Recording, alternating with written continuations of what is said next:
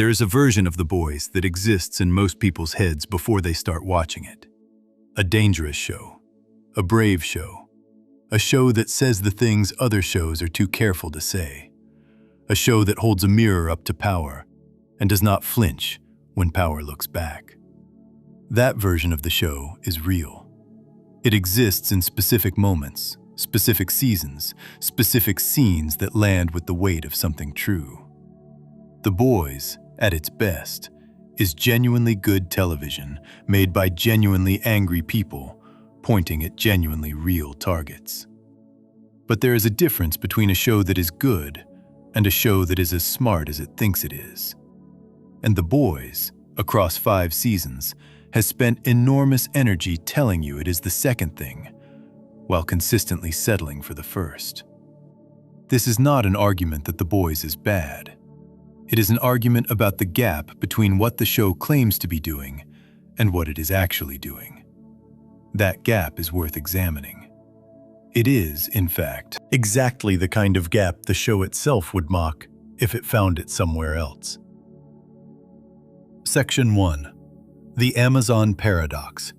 The most anti-corporate show on the most corporate platform. There is a scene in Season 4 of The Boys where a character stands in front of a crowd and explains, in complete seriousness, how Vought International uses personalized digital advertising to figure out exactly what each viewer wants to see, and then feeds it to them automatically, without them ever asking. The technology knows your desires before you do. It packages those desires back to you as entertainment, and the crowd watches, and the crowd buys in, and Vought gets richer. Eric Kripke, the man who runs The Boys, later went on social media to explain where that scene came from. Amazon had pitched the exact same technology to his writing room for use inside The Boys itself. Real, algorithmic, personalized product placement, inserted dynamically into the show depending on who was watching. His team said no. Then they put it in the show as a joke about how evil corporations work. The joke landed. The audience laughed. And then they kept watching on Amazon Prime Video. That moment is a perfect window into the central problem with The Boys. Not as entertainment, which it mostly is, but as the smart, dangerous, anti-corporate statement it has spent 5 seasons telling you it is. Because here is the thing the show needs you not to think about too hard. Amazon is Vought. Not as metaphor, not as loose comparison. As a structural fact, sitting right there in plain sight every single time you press play. Let us be specific about what Vought International actually does in the show, because the specifics matter. Vought is a massive corporation that controls what the public believes by controlling the heroes the public loves. It shapes government policy through money and threats. It covers up crimes committed by people on its payroll. It takes credit for protecting the public while quietly manufacturing the very dangers that make its protection necessary. It expands into every market it can reach: movies, television, military contracts, consumer products, music, fast food, until the brand is so deep inside everyday life that people cannot imagine existing without it. And then it uses that dependency as a shield against any accountability. Now consider Amazon. Not the villain version of Amazon, just the real one, the one that made this show. Amazon started as a place to buy books online in 1994. By the time The Boys premiered in 2019, it had become one of the most powerful companies in human history. It sells almost every product that exists. It runs the cloud infrastructure that a significant portion of the internet depends on to function. Its delivery network reaches into nearly every neighborhood in the developed world. It has moved into groceries, healthcare, film production, television streaming, smart home devices, satellite internet, and logistics. Amazon Web Services, its cloud computing division, is so dominant that when it has an outage, large sections of the internet go dark. That growth has not been without documented problems. Amazon warehouse workers have repeatedly described working conditions that include mandatory productivity quotas so extreme that they have publicly reported urinating in bottles because bathroom breaks would cost them their jobs. This was not a rumor or an allegation that faded. Amazon's own internal documents, later obtained by journalists, confirmed that the company tracked workers' movements to the second. The Occupational Safety and Health Administration, the government agency that monitors workplace safety in the United States, has cited Amazon facilities multiple times for unsafe conditions. Amazon has also spent significant money and resources fighting against workers attempting to form unions, including documented allegations that it illegally monitored and interfered with organizing efforts. The European Union has investigated Amazon for antitrust violations related to using data from third-party sellers on its own platform to gain an unfair advantage. These are not obscure facts. They are publicly documented and widely reported. They are also, point for point, the behavior that the boys presents as the definition of institutional evil. Vought manufactures its own dangers. Amazon builds dependency until consumers and businesses cannot leave. Vought suppresses accountability through legal and financial power. Amazon suppresses labor organizing through surveillance and money. Vought expands into every market until it controls too much to be challenged. Amazon does the same thing in the real economy. The show knows this. It is not an accident that Vought's streaming service is called Vought Plus. The writers reportedly considered calling it Vought Prime before pulling back. And that specific decision to pull back is its own kind of answer. They knew. They just did not go all the way. The corporate hypocrisy inside the show is not subtle either, once you start looking. Season 1 contains product placement for Amazon packaging, and for another Amazon show, inside the very storyline that is supposed to be exposing how corporations use entertainment to sell themselves. The fictional company in the show sells movies, television, music, consumer goods, military contracts, and fast food. A description that maps almost perfectly onto Amazon's actual business portfolio. When The Boys mocks Vought for turning its heroes into a franchise of sequels, spin-offs, animated entries, and expanded cinematic universes, it does so as a show that is itself generating a franchise of sequels, spin-offs, animated entries, and an expanding universe, all owned by Amazon. What makes this more than a simple irony is the response the show has offered to it over the years. Kripke's Amazon product placement story is the most useful example. Amazon pitched the writing room a real technology that matches the fictional evil in his own show. His team said no. Then he made a joke about it. Then the show aired on Amazon. Then Amazon made money. Then the writers did it all again for season 5. The joke is the tell. When you catch a contradiction this large inside a show this proud of its own intelligence, the response matters. You can ignore the contradiction, which is dishonest. You can engage with it seriously, which would be genuinely brave and probably career-limiting.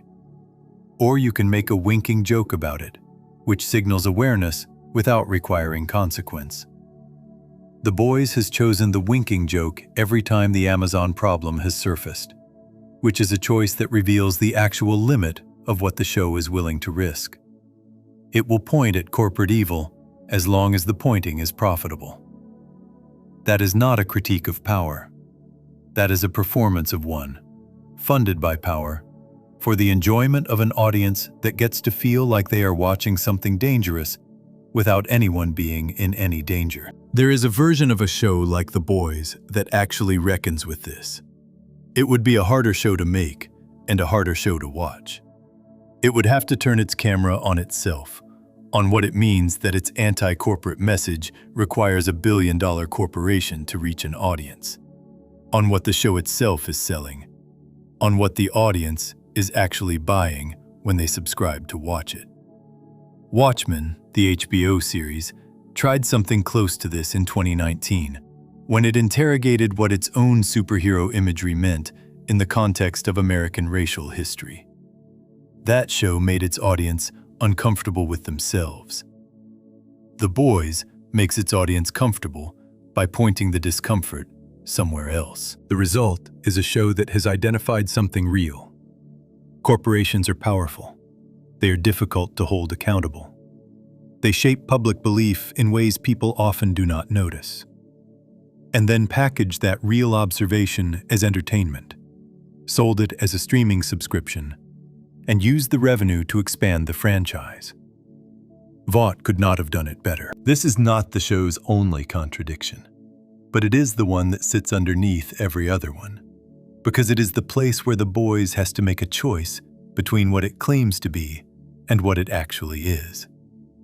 A show that genuinely wanted to challenge the corporate capture of public life would have to operate differently than The Boys does. It would have to exist in a different relationship to its own platform. It would not be able to grow into a franchise. It would not be able to turn its own corporate corruption into a recurring bit. The Boys is a very good show, made by talented people who have genuine anger at real targets. That anger is legitimate. The targets are real. The criticism of hero worship, military privatization, media manipulation, and corporate immunity from consequence. All of it points at something worth pointing at. But pointing is not dismantling. Describing a cage is not the same as opening the door. And a show that builds a franchise while mocking franchise building, that streams on the platform it is critiquing, that turns Amazon's own product placement pitch into a joke and then cashes Amazon's check. That show is not outside the system. It is one of the system's best products. There is a scene near the end of Season 4 where Ashley Barrett, Vought's deeply compromised head of public relations, sits in a position of real power and cannot bring herself to use it because she is too afraid of Homelander. She knows what she should do. She sees the problem clearly. She just cannot act on what she sees because the cost of acting is too high. The show presents this as a character study in how institutions produce cowardice. It does not seem to notice that the description fits its own situation pretty well. The Boys can see the problem. The Boys can describe the problem. The Boys can make you laugh at the problem for 8 episodes a season across 5 seasons. What it cannot do, what it has never done, and what its relationship to Amazon makes structurally impossible, is actually threaten the thing it claims to be fighting. The jokes land. The satire is fun. The show is genuinely entertaining, which matters and should not be dismissed. But entertainment that flatters you for being smart enough to recognize corporate evil, while the corporation that made the entertainment grows more powerful, is not a challenge to anything. It is the thing the show is supposed to be warning you about. __quote _0 __. In the next section, we need to talk about the specific moment that reveals how deep this problem goes. Not in the show's relationship to Amazon, but in the show's relationship to its own central villain, and why the character designed to be the most obvious warning in television history somehow became one of the most popular heroes on the internet. Section 2. The Homelander Problem. The satire that made its own villain cool. In November of 2020, a man showed up to a political protest in Washington, D.C., wearing a Homelander costume. He was not dressed as Superman. He was not dressed as Captain America. He was dressed as the character from The Boys, the one with the laser eyes and the American flag cape and the smile that does not reach his eyes. The character who, in the show, had by that point already let a plane full of innocent people crash and die because he did not want the bad press of revealing that he could not stop all 4 engines from failing at once. The character who had forced a woman to end her own life as a birthday present to himself.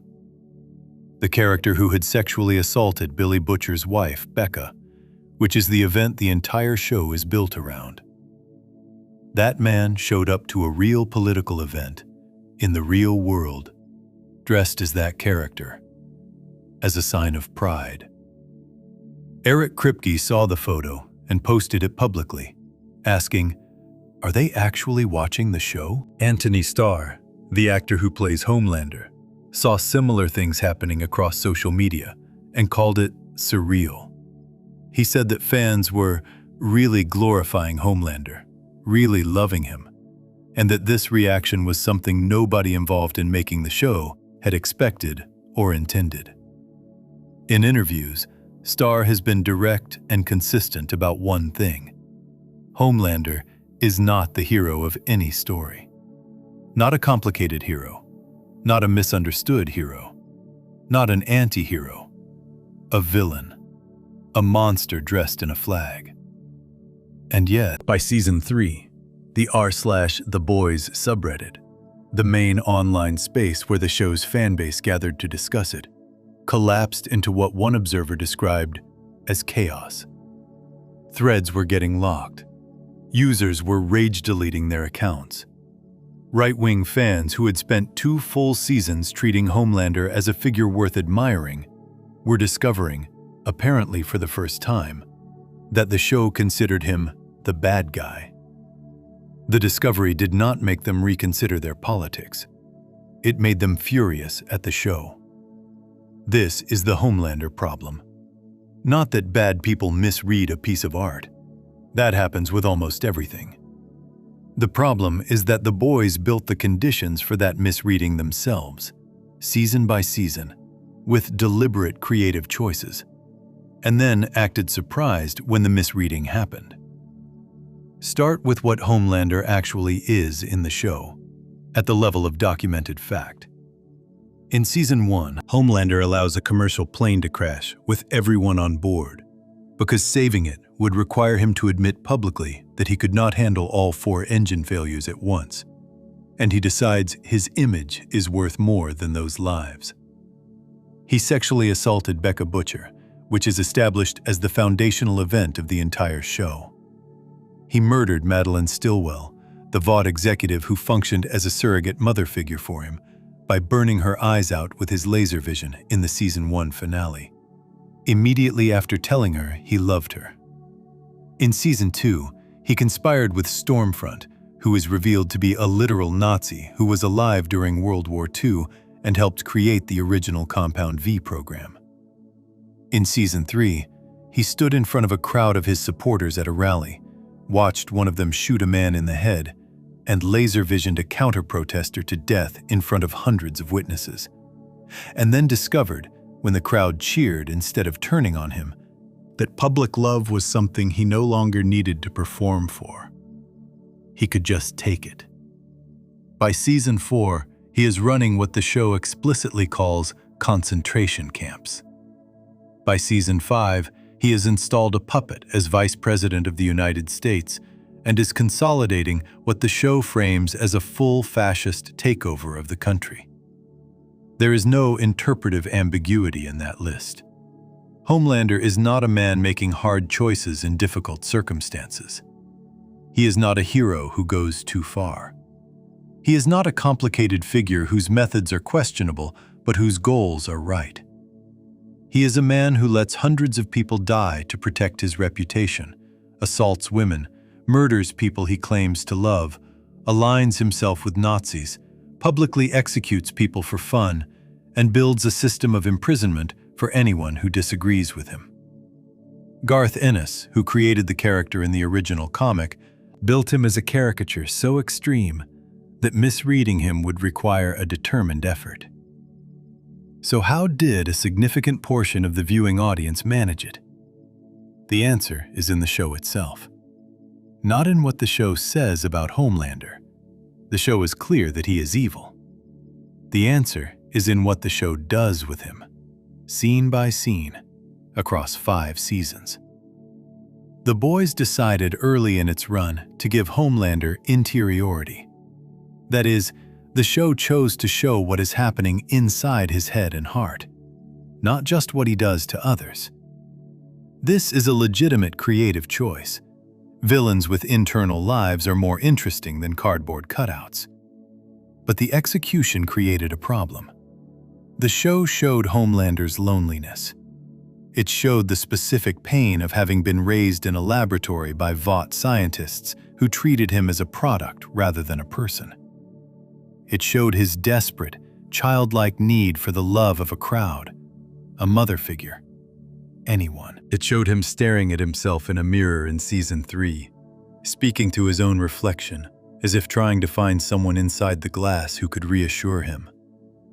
It showed him genuinely loving his son Ryan, trying in his broken way to be a father, which is the one relationship in the show where something like real warmth occasionally gets through his surface. Then the show produced The Boys Presents Diabolical, an animated spin-off. One of the episodes of that animated series gave Homelander a full origin story. As a child, alone in a laboratory, powerless and frightened, wanting nothing more than to be loved. The episode was designed to generate sympathy. It worked. The show has also spent significant time in each season gesturing toward a possible Homelander redemption. Not delivering it, but gesturing toward it. His relationship with Ryan is the primary vehicle for this. Ryan is Homelander's son, the product of the assault on Becca Butcher. And the show has used Ryan as the question the audience is supposed to sit with. Is there something in Homelander that could, through this child, become something other than what it is? That question is asked over and over across seasons 2, 3, 4, and 5. The answer keeps being no. Ryan keeps sliding toward his father's darkness. Homelander keeps choosing cruelty. But the question being asked at all does real work on the audience. You do not ask whether a villain can be redeemed unless you want the audience to hope he can be. Add to this Anthony Starr's performance, which is, by any reasonable measure, one of the best performances in the history of streaming television. He plays Homelander with such precise emotional specificity. The micro-expressions of vulnerability, the wounded child affect underneath the godlike confidence, the specific way his face collapses inward when he feels rejected, that the effect on the audience is not simply fear. It is a mixture of fear and recognition, and something that functions like pity. Starr himself said he did not expect people to find themselves feeling empathy for this monster, but he also built the performance specifically to generate exactly that conflict. He said his goal was always to bring a more human dimension to the character. That goal succeeded. The problem is that humanizing a character designed to be inhuman has consequences the show has never fully reckoned with. Screen Rant put it plainly. The Boys has only itself to blame for the anti-hero confusion. The show deliberately tried to humanize Homelander, showed his softer side, hinted repeatedly at redemption, and in doing so, invited the exact debate it later claimed to be confused by. You cannot spend 5 seasons engineering audience sympathy for a character and then act surprised when the audience feels sympathy for that character. What makes this a failure of satire, rather than simply a complicated character study, is the comparison with what satire is supposed to do. The point of building Homelander as a villain, as Ennis intended him in the comic, was to make the audience uncomfortable with their own appetite for this kind of figure. The point was to show you something you recognized from the real world.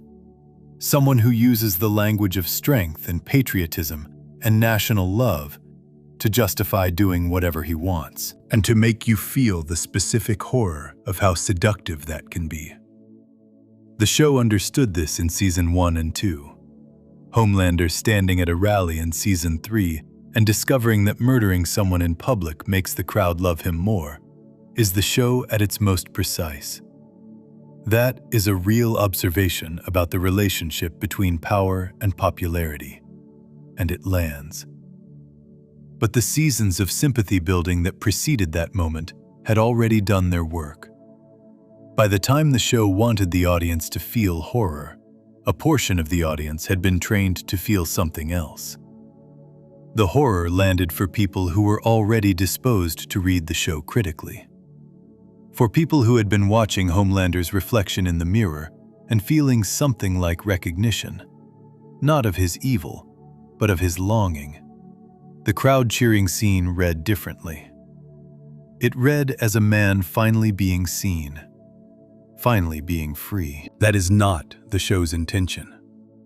But intention and outcome are different things, and a show this confident about the intelligence of its own satire has a responsibility to account for both.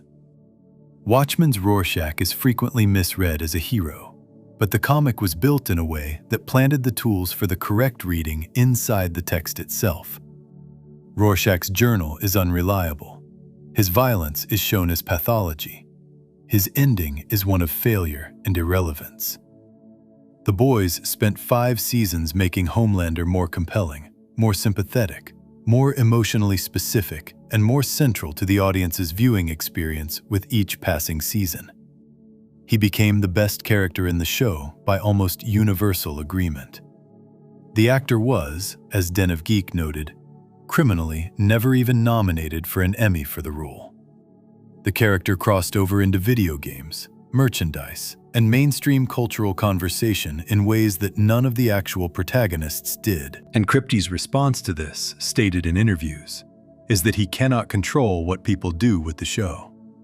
That if someone watches Homelander kill a child in the early episodes and still thinks he is a hero, there is nothing more Kripke can say to them.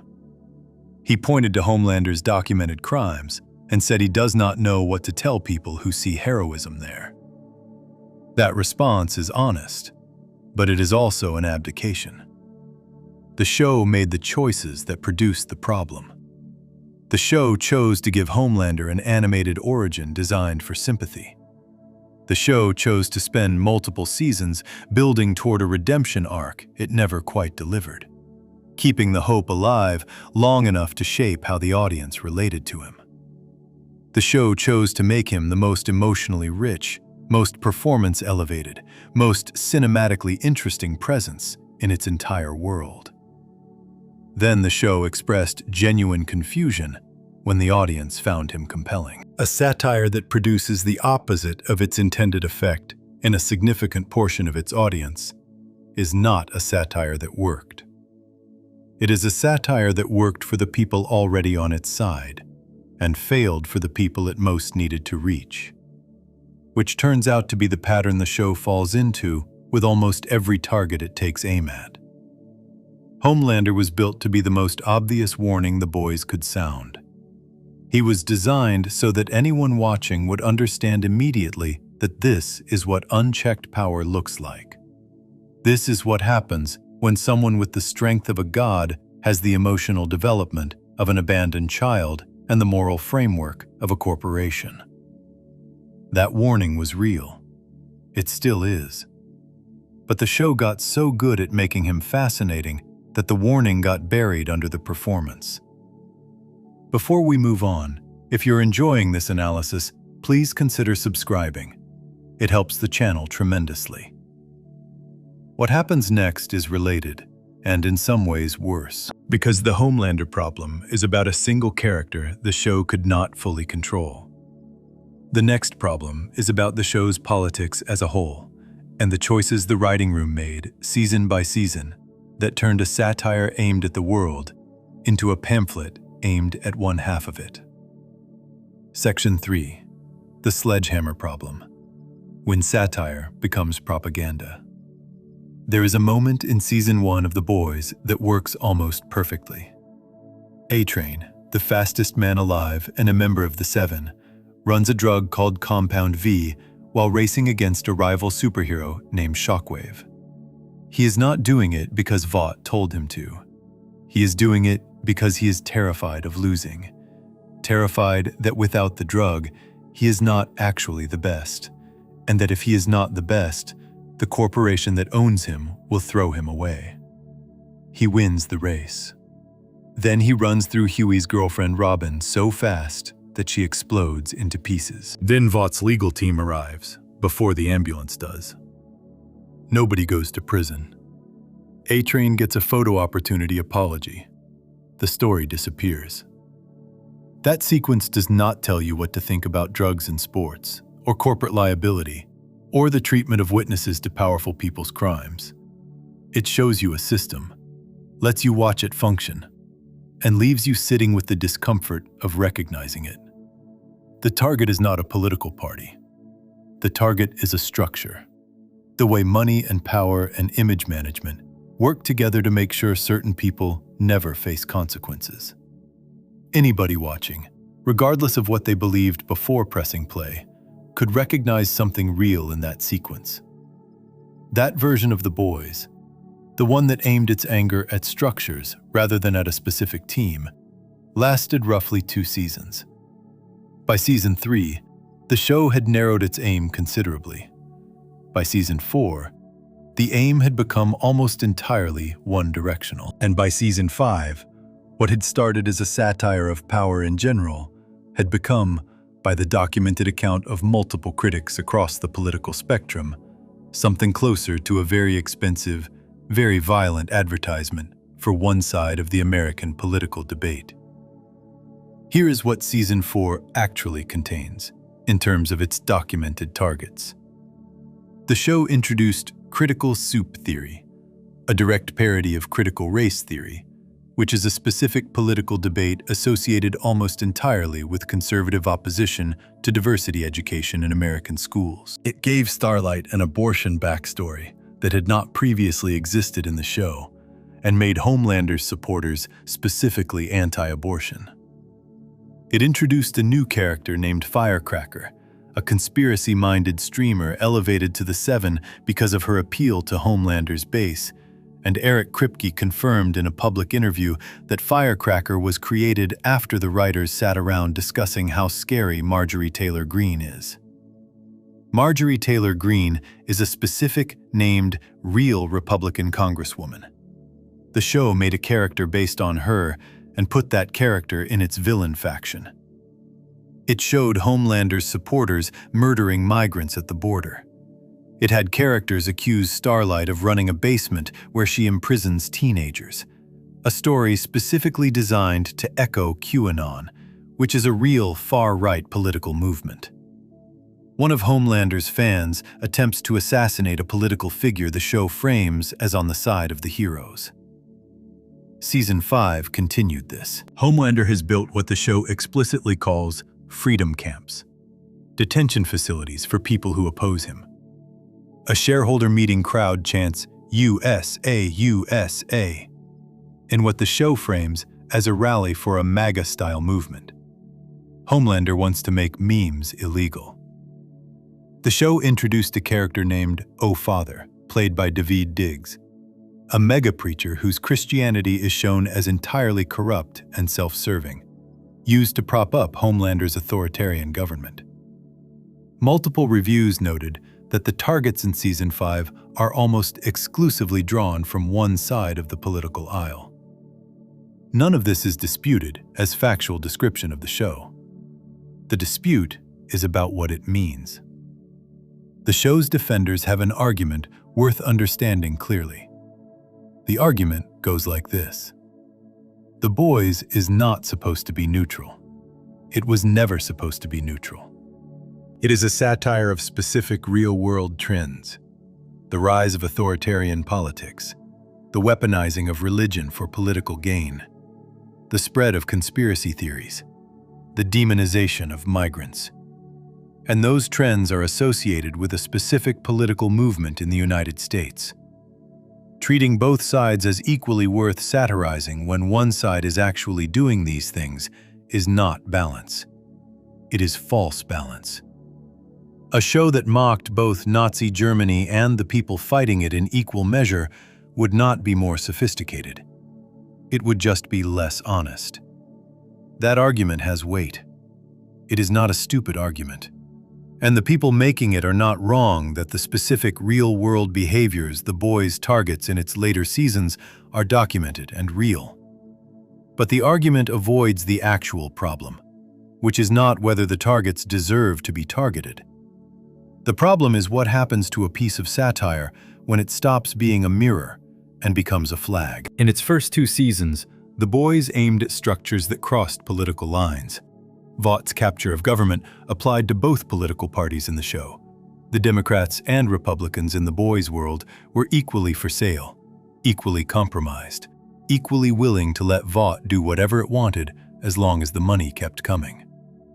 Victoria Newman, the character who begins as an apparent hero fighting corporate corruption and is revealed to be entirely owned by Vought, was introduced as a clear analog to Alexandria Ocasio-Cortez, a young, progressive politician who speaks the language of accountability while doing the opposite. That is a sharp, uncomfortable satirical target. It named the specific hope of one political movement and showed it as hollow. By season 4, Victoria Newman's AOC framing had been largely abandoned. She had become simply another villain, without the specific satirical edge of her original conception. The show was no longer interested in implicating the left. It was interested in depicting the right. The symmetry that made the early satire feel dangerous, the sense that no one watching was safe from it, had collapsed. The audience watching season 4 knew going in that they were on the right side. The show was there to confirm it. This is where the distinction between satire and propaganda becomes important, and the distinction is not about politics. It is about function. Satire, at its best, produces discomfort in its audience. It makes people question something they previously felt comfortable about. It points at the audience, not just at the target. Propaganda, by contrast, produces comfort. It tells people what they already believe, confirms that they are correct, and points at an enemy that conveniently matches the one they already have. The Boys, in its later seasons, reliably produces comfort in its target audience. The people watching who already oppose authoritarian politics, who already distrust right-wing media figures, who already see religious institutions as corrupt. Those people watch season 4 and feel validated. They feel smart. They feel like the show is saying what needs to be said. They do not feel challenged. They feel armed. That experience is enjoyable. It is also not what the early seasons of the show were doing. One specific example makes this difference visible. In season 2, the character Stormfront is revealed to be a Nazi. Specifically, a woman who was alive during World War II and helped develop Compound 5 as part of the Third Reich's experiments. She has spent the decades since then hiding this identity behind a persona as a straight-talking, anti-establishment online influencer who speaks directly to disaffected young men. This is a genuinely sophisticated satirical target. The show is not just saying Nazis are bad. It is making a specific argument about how fascist politics rebuilds itself in the language of authenticity and anti-elitism. How the same ideology that produced one historical catastrophe found new packaging and a new audience. How the pipeline from edgy online content to actual political violence is shorter than comfortable people want to believe. That is a real observation. It requires the audience to think about something beyond the surface. Not just that Stormfront is evil, but how she got where she is and why people followed her. Her fan base in the show is not made up of obvious monsters. They are people who felt ignored, who found a voice they trusted, who were moved by something that felt like honesty. The show does not excuse them, but it explains them, which is something satire needs to do with its targets if it wants to be more than name-calling. Compare that to Firecracker in season 4. Firecracker is a conspiracy streaming superhero who is elevated to the 7 because her followers love Homelander. She spreads lies about Starlight. She wears the specific aesthetic markers of far-right media personalities. She is, by Kripke's own stated admission, directly inspired by conversations in the writer's room about how scary Marjorie Taylor Greene is. There is no explanation of how Firecracker got where she is. There is no fan base shown with any internal coherence or humanity. She is a caricature of a type, designed not to illuminate how that type comes to exist, but to let the audience feel the proper amount of contempt for it. Stormfront asks you to think. Firecracker asks you to react. The difference between those two approaches is the difference between the first 2 seasons of the show and the last 2. And the audience noticed, even if they did not always have the vocabulary for it. Season 4 received the first audience-generated Rotten Tomatoes score low enough to qualify as rotten in the show's history, despite critics continuing to praise it highly. That gap between critic scores and audience scores is worth sitting with. Critics, who tend to be disposed toward the show's politics, saw it as sharp and necessary. A broader audience, including many people who had loved the first 3 seasons, felt something different. Many of them described the same feeling without coordination. The show had stopped talking to them and started talking at them. There is also a practical problem with the show's political narrowing that has nothing to do with whether its targets deserve to be targeted. Satire that only reaches people who already agree with it is not doing the work that satire exists to do. If every person who watched Season 4 and felt their beliefs confirmed already held those beliefs before watching, then the show did not change anything. It entertained a group of people who felt good about being entertained. That is a perfectly legitimate thing for a television show to do. It is not what The Boys has spent 5 seasons claiming to be doing. Eric Kripke said in interviews that politically he had a lot more to say, and that ending the show was difficult partly for that reason. That admission reveals the problem at the center of the show's later seasons.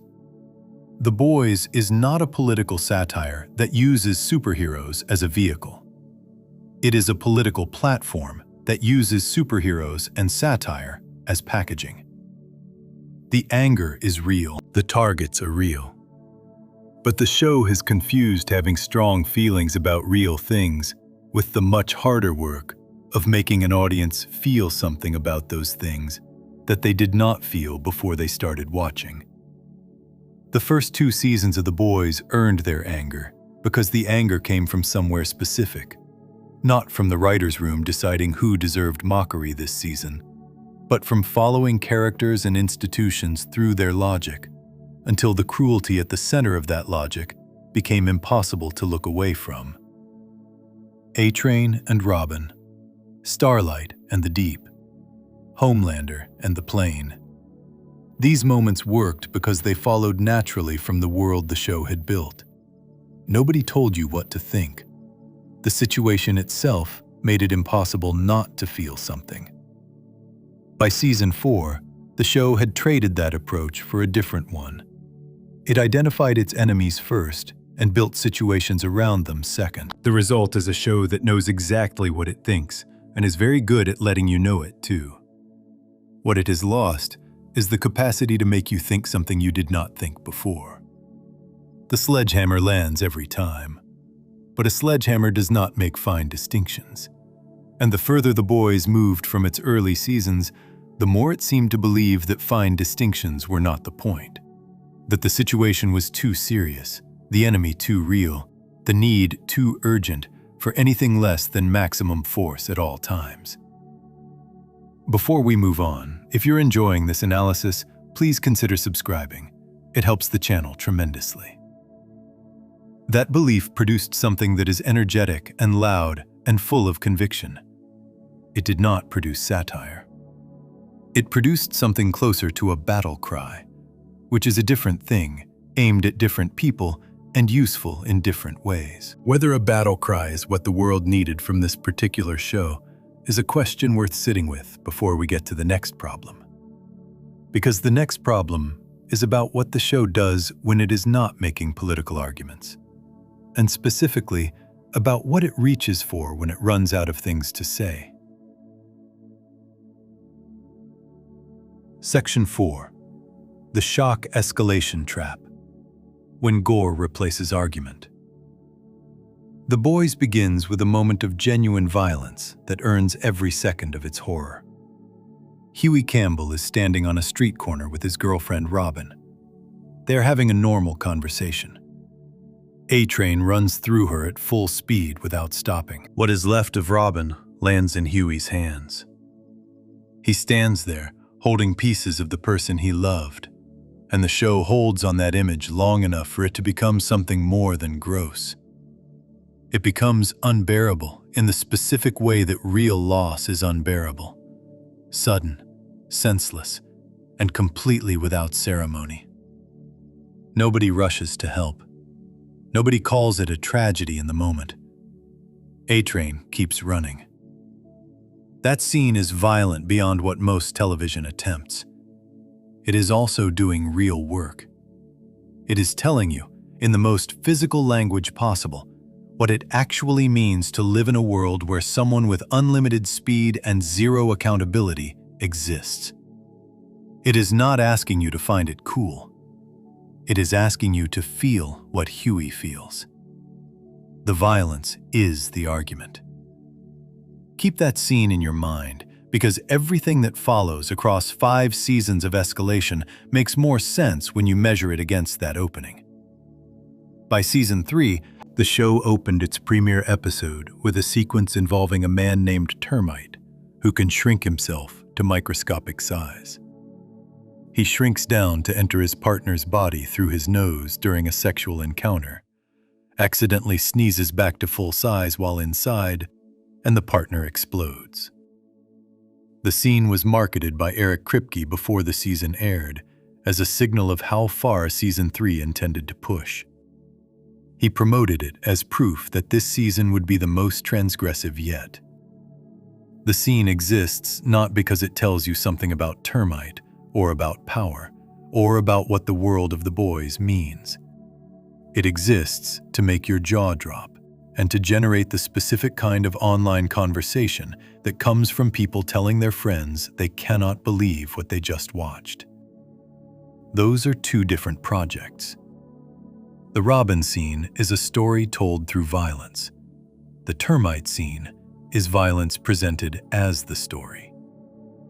This shift did not happen all at once. The Boys was always a show that used extreme content as part of its identity.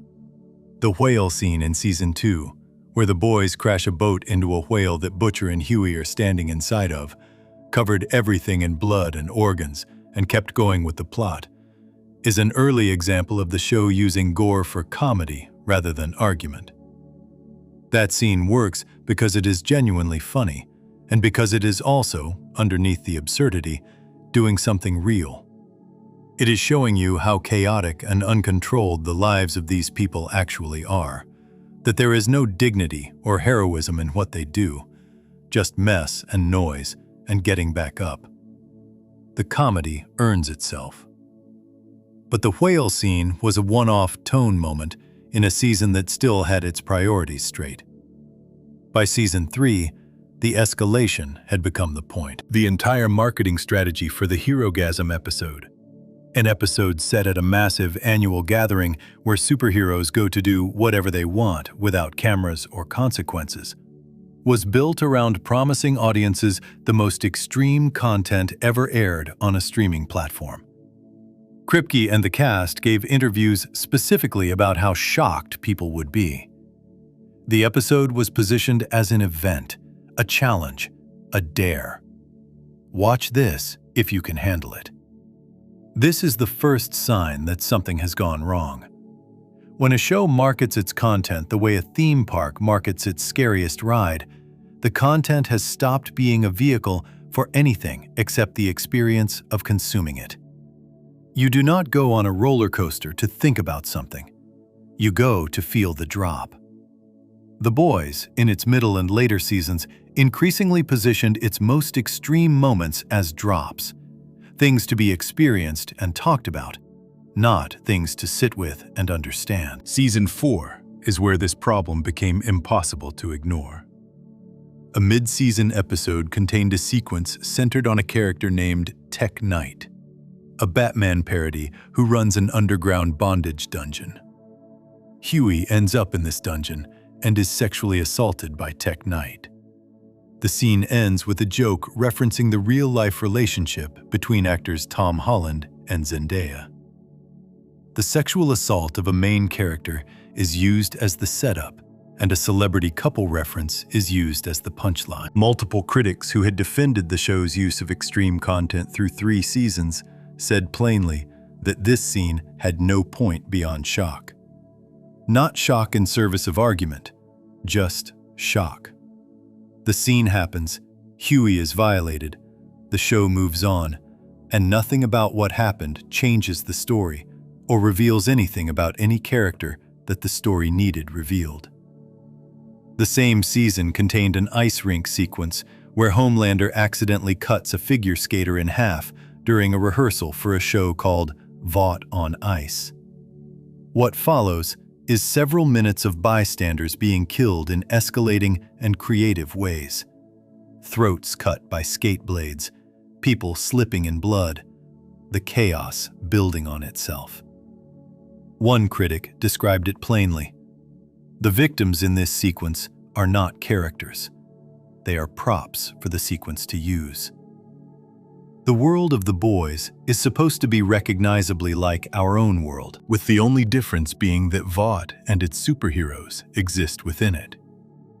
Sequences like this one break that premise entirely in exchange for visual impact that has nothing to say. The show was not making an argument about Homelander, or about power, or about violence. It was producing spectacle. The pattern across the seasons is consistent and documented. Season 1 used extreme content to make arguments. Season 2 used it mostly the same way, with some moments, The Whale, sliding toward pure comedy. Season 3 began marketing the extremity itself as the product.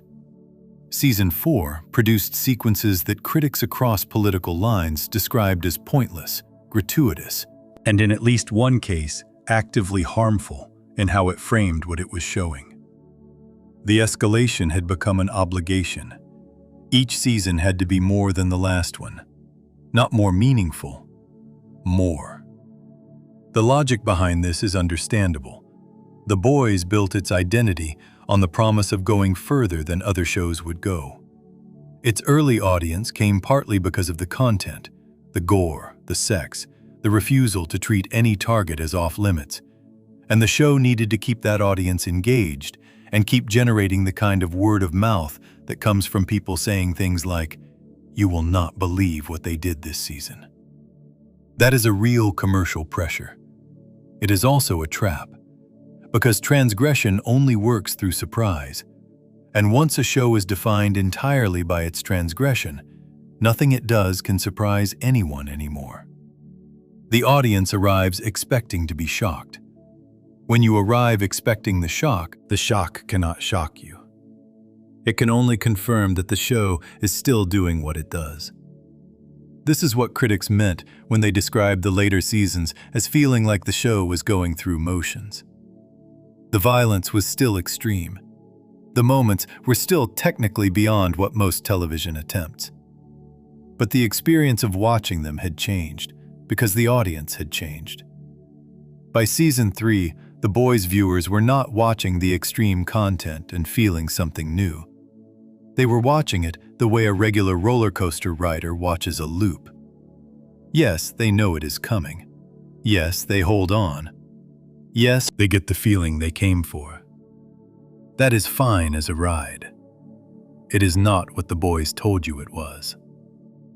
What makes this more than a simple complaint about too much blood is what the escalation replaced. The Boys at its best was a show about specific people in impossible situations making choices that revealed who they were. The Robin scene worked because it was about Huey. The deep, coercing Starlight in Season 1 worked because it was about Starlight, about what it means to enter a powerful institution as a young person with genuine ideals and discover immediately that the institution sees you only as something to use. These moments of violence and degradation worked because they were attached to people the show had taken the time to build. As the seasons progressed and the pressure to escalate increased, the show began producing violence that was attached to nobody. The Tech Night Dungeon, the Ice Rink Massacre, the unnamed characters in background sequences who exist to bleed. A show that began by making you feel the weight of one woman's death became a show that could massacre a room full of people and cut to the next scene without pausing. Not because it had earned that tonal shift through story, because it needed to fill the escalation quota. The boys could have responded to this pressure differently. It could have decided that the answer to keeping audiences engaged was not more gore, but deeper story. Characters changing in ways that mattered, consequences that accumulated.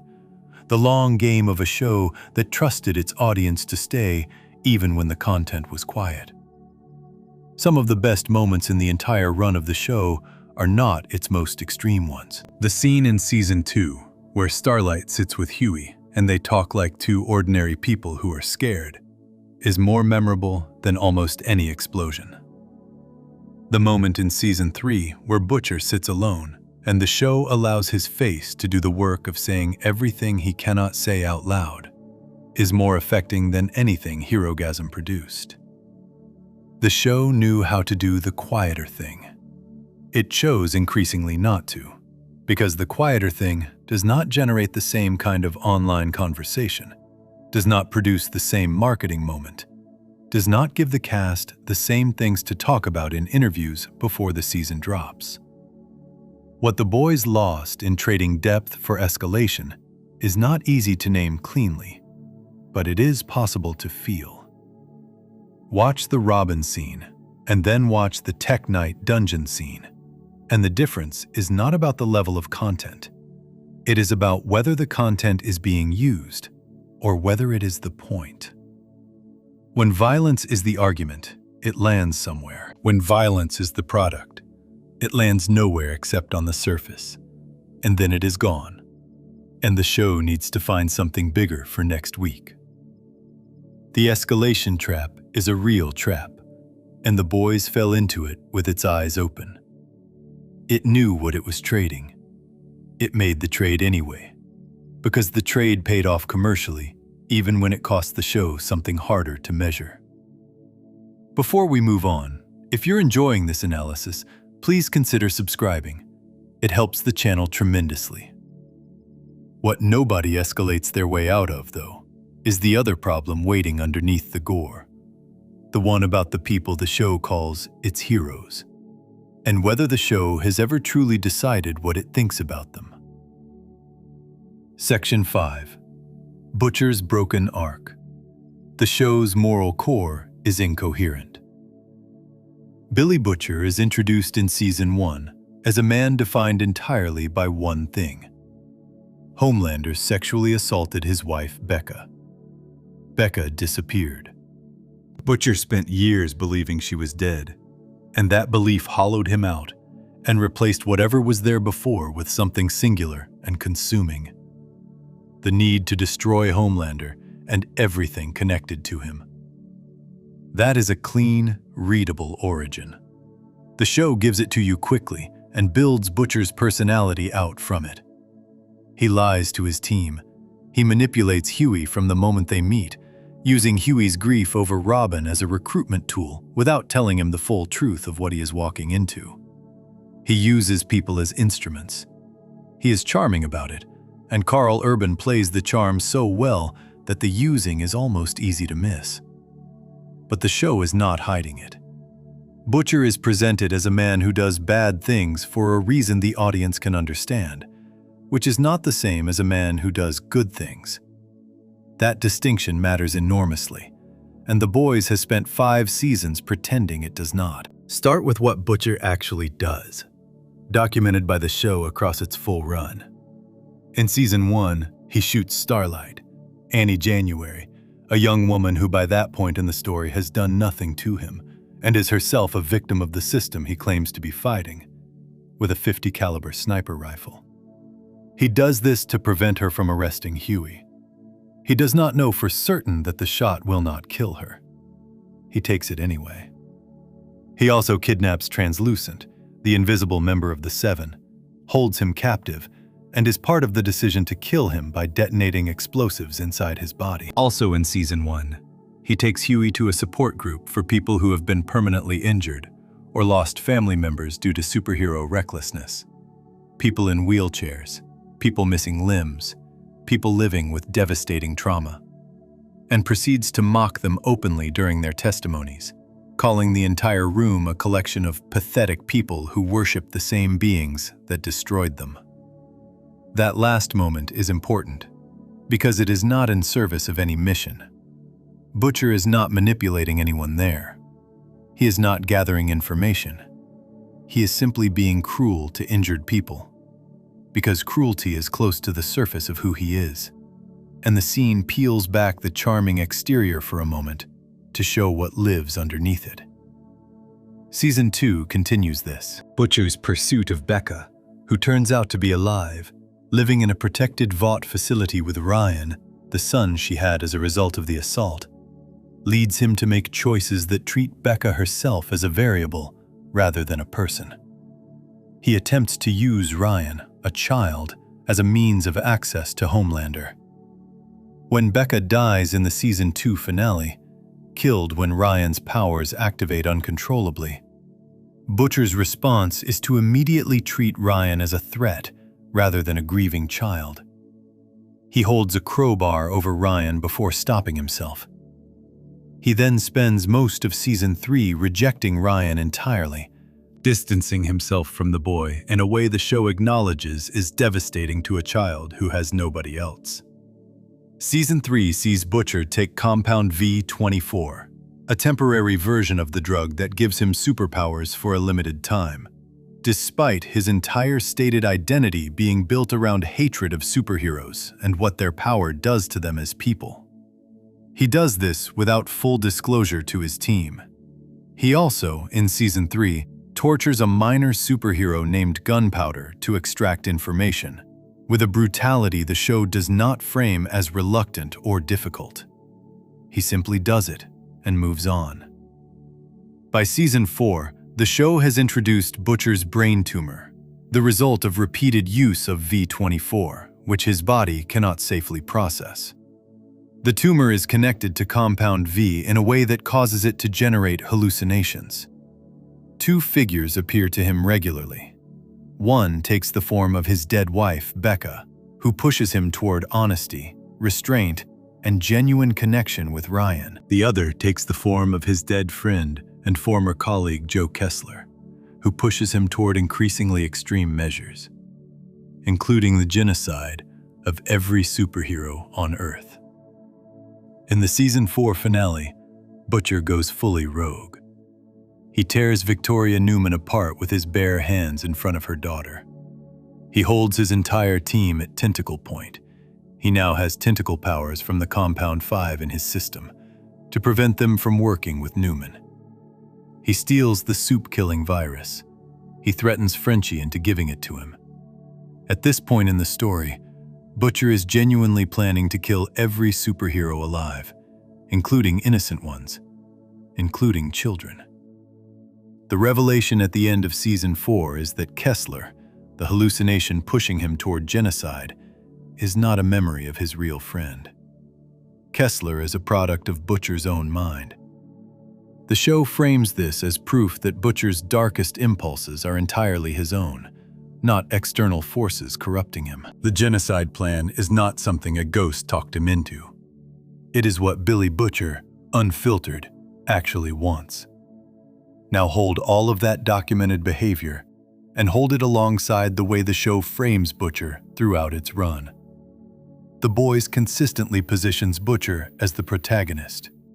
Not a villain protagonist in the way that Tony Soprano is a villain protagonist, a character the show wants you to understand is the bad guy even while making him compelling. The show wants you to root for Butcher. It uses Karl Urban's enormous natural charisma to keep the audience emotionally on Butcher's side across moments that, written about plainly, describe a man who shoots innocent women, tortures people for information, emotionally destroys a child by abandoning him, manipulates everyone around him for years, and ends his arc planning a genocide. The show's way of managing this is the trauma backstory. Becca's assault by Homelander is presented as sufficient explanation for everything Butcher does across 5 seasons. The show returns to it constantly. Every time Butcher crosses a line that would otherwise break the audience's sympathy for him, the narrative reminds you of where he started and why. This is not character development.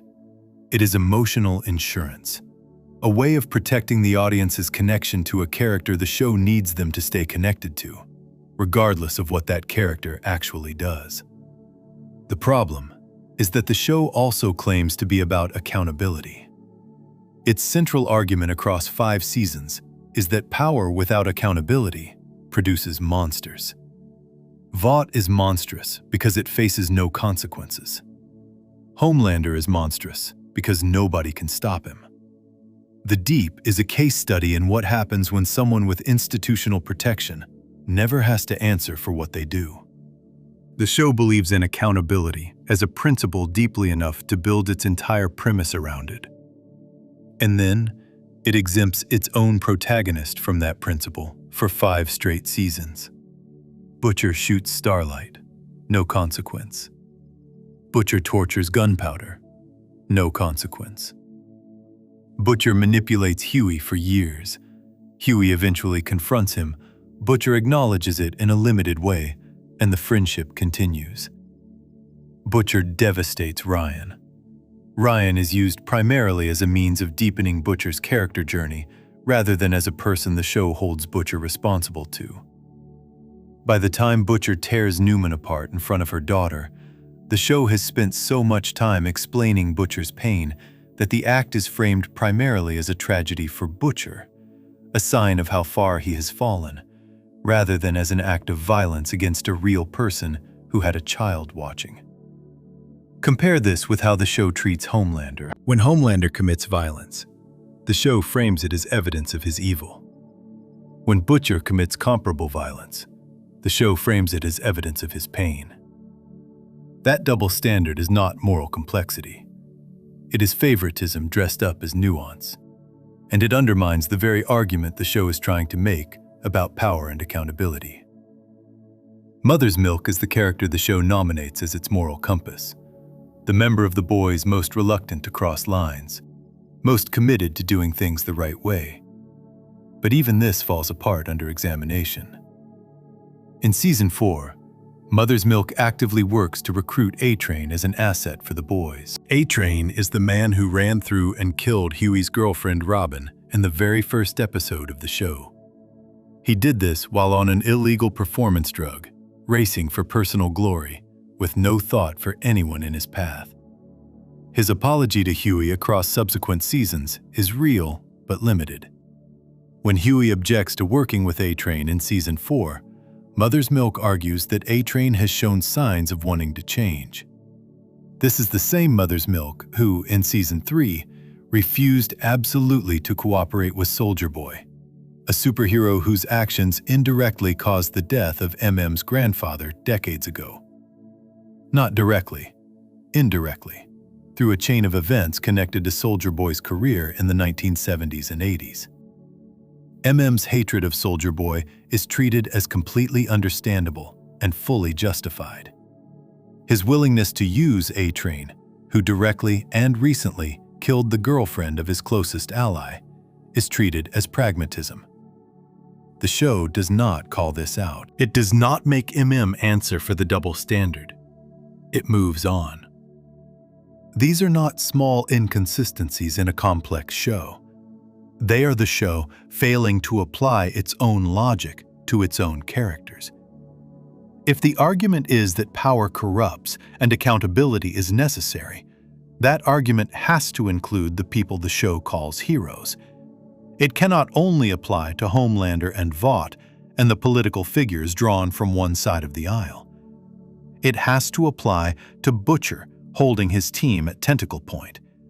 It has to apply to Mother's Milk recruiting the man who killed his best friend's girlfriend while refusing to work with the man who indirectly harmed his own family. It has to apply everywhere, or it applies nowhere. Before we move on, if you're enjoying this analysis, please consider subscribing. It helps the channel tremendously.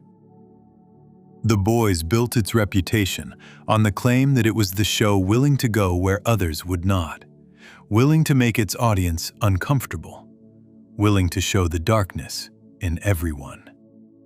What it actually built was a show that made its audience uncomfortable about specific targets while protecting the characters it had decided the audience needed to love. That is a much more ordinary thing than the show claims to be. And the next layer of that ordinariness is in the institution the show built itself around, and what happened when that institution started doing exactly what it was supposed to be criticizing. Section 6. The Vought Paradox.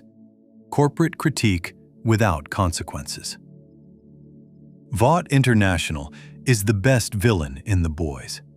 Not Homelander, not Stormfront, not any individual character, however well performed. The corporation itself, the structure, the institution, the machine that keeps running regardless of who is standing at its controls, is the show's most genuinely frightening creation. And in its best moments, The Boys understands this completely. The show establishes Vaught's logic early and establishes it well. Vought does not make superheroes because it believes in heroism. It makes superheroes because superheroes are a product.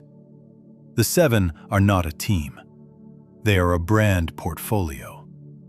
Each member has been assigned a personality, a look, a target demographic, and a set of approved talking points. When a member of the Seven does something that threatens the brand, commits a crime, shows weakness publicly, develops an opinion Vought did not sanction, the response is not punishment in any meaningful sense. The response is reputation management, lawyers, press releases, controlled leaks, and if necessary, the quiet removal of the problem and its replacement with something newer and more marketable. This is not a fantasy of corporate evil. It is a description of how actual entertainment corporations, sports organizations, and celebrity management systems function, drawn accurately and without exaggeration. The Boys in its early seasons is doing something genuinely useful. It is taking the logic of real institutional behavior and following it to its natural endpoint, asking what happens when the people being managed as brands also have laser eyes and can fly. Vaught's reach across the 5 seasons of the show is documented and specific. In Season 1, Vought is primarily a private corporation with enormous cultural influence and a legal team capable of suppressing any crime its employees commit. By the end of Season 1, it is revealed that Vought has been manufacturing super terrorists, deliberately exposing civilians to Compound V without consent, creating powered villains, in order to generate demand for its heroes in the military. The plan is straightforward. If there are no superpowered threats, there is no case for putting the Seven in the armed forces.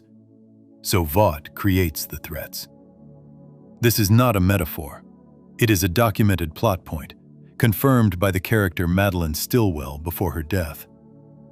Season 2 expands Vaught's operations into explicit political territory. The company backs a vice presidential candidate and attempts to leverage the national security conversation around superheroes to push its military agenda through Congress. Stormfront, revealed to be a Nazi operative with decades of history in the company, is shown to have been part of Vaught's structure long before the show's present day. Evidence that the corporation's relationship with extreme ideology is not a recent development, but a foundational one. Season 3 sees Vought consolidate its internal power. Stan Edgar, the company's CEO, is removed from control by Homelander, not through any legal or institutional process, but through threat of violence, which Homelander is uniquely positioned to make credible. The company does not collapse. It does not fracture. It absorbs the change and continues operating. Ashley Barrett steps into a more central role. Vaught's media operations, its political connections, its product lines, its military lobbying, all of it continues without interruption. The lesson Season 3 teaches about Vought is the same lesson the show keeps teaching and never fully acts on. No individual within the corporation is the corporation. Remove the person, and the machine runs on. By Season 4, Vought has effectively captured the American government. Its chosen candidate is positioned for the presidency. Its superheroes are embedded in law enforcement and the military. Its media arm controls the dominant narrative about who the heroes are and who the threats are. The show introduces Sister Sage in Season 4, described as the smartest person alive, as a Vought asset whose specific function is to engineer social chaos deliberately, on the theory that a confused and frightened public is easier to manipulate than a stable one. This is the show at its most precise about institutional evil. Vought is not just responding to the world. It is actively making the world worse, because a worse world is better for business. Season 5 completes the arc. Homelander has installed Ashley Barrett as a puppet vice president of the United States. He runs what the show explicitly calls freedom camps, detention facilities for political opponents. Vaught's media operation produces content that frames Homelander's enemies as terrorists and his supporters as patriots. The corporation has, across 5 seasons, moved from a powerful entertainment company to the controlling force behind the United States government.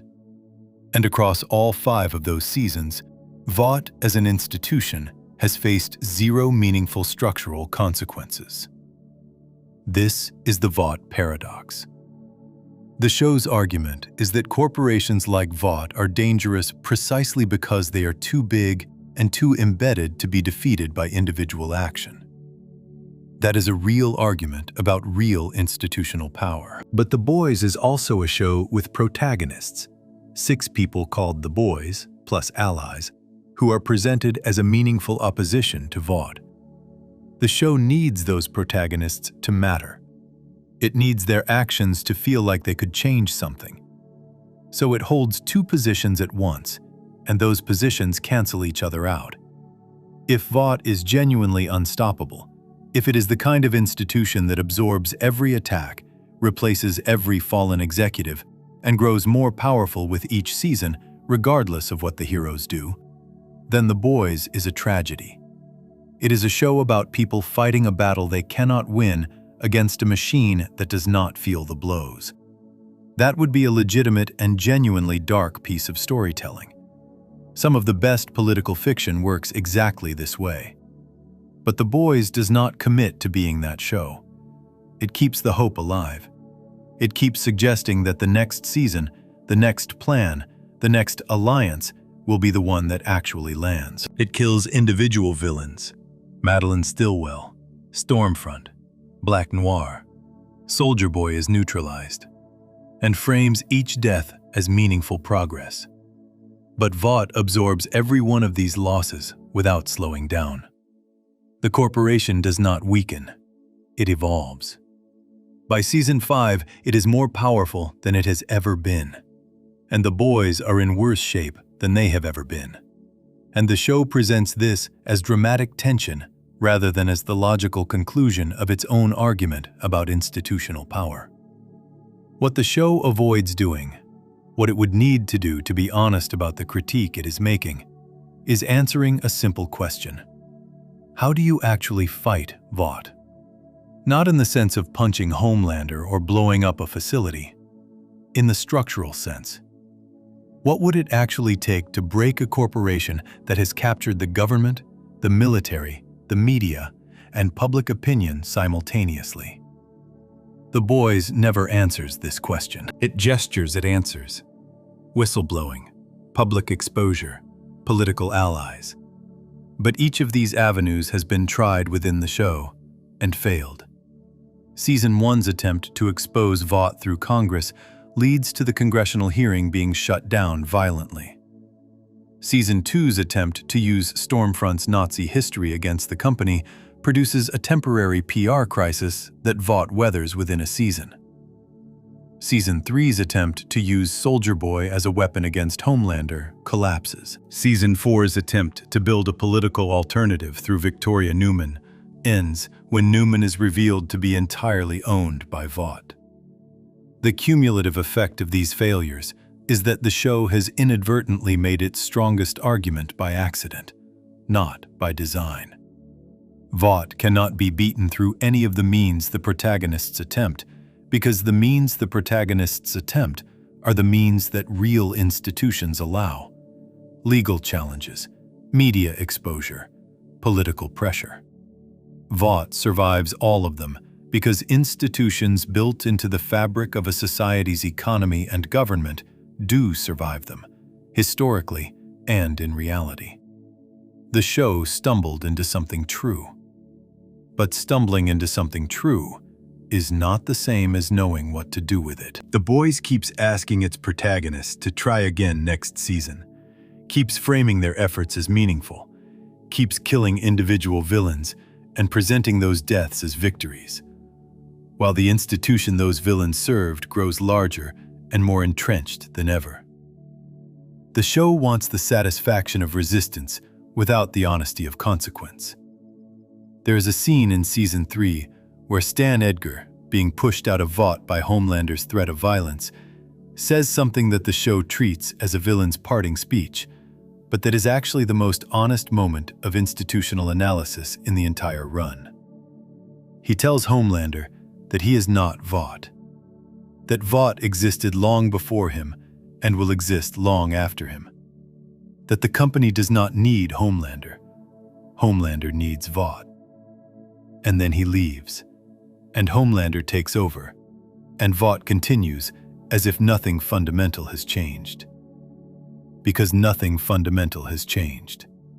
The man at the top is different. The machine is identical. The show understands this. Stan Edgar's speech is too precisely written, too clearly delivered to be accidental. The writers know that the villain of The Boys is not any single person. They know it is the structure. And knowing it, they continue to write a show in which defeating specific people within the structure is treated as progress. Because a show in which the heroes make no progress is a show with no dramatic momentum. And a show with no dramatic momentum does not keep its audience across 5 seasons. This is the trap that the Vought paradox creates. The show's honest argument and its commercial needs point in opposite directions. The honest argument says that structures like Vought do not fall the way the show depicts them being fought. The commercial need says that the audience has to feel like the heroes have a chance, or they will stop watching. The show chooses the commercial need every time, which means it spends 5 seasons making an argument about institutional power that its own plot structure constantly contradicts. Everything the show knows about Vought, and it knows quite a lot, and knows it accurately, is undermined by the fact that the show cannot afford to let Vought win completely, even though its own logic demands that conclusion. Before we move on, if you're enjoying this analysis, please consider subscribing. It helps the channel tremendously.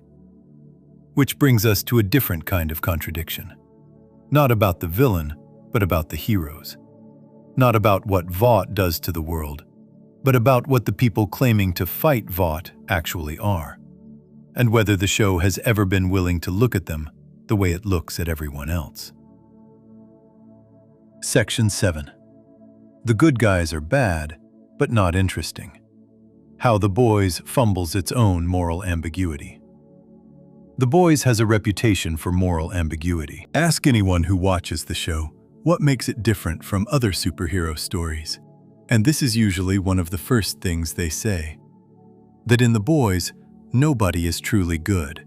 The heroes are nearly as bad as the villains, and the show refuses to offer the audience the comfort of a clean moral line between the people worth rooting for and the people worth opposing. This reputation is one of the most successfully marketed ideas in the show's entire 5-season run. It is also, examined closely, mostly a fiction. The Boys does not have moral ambiguity.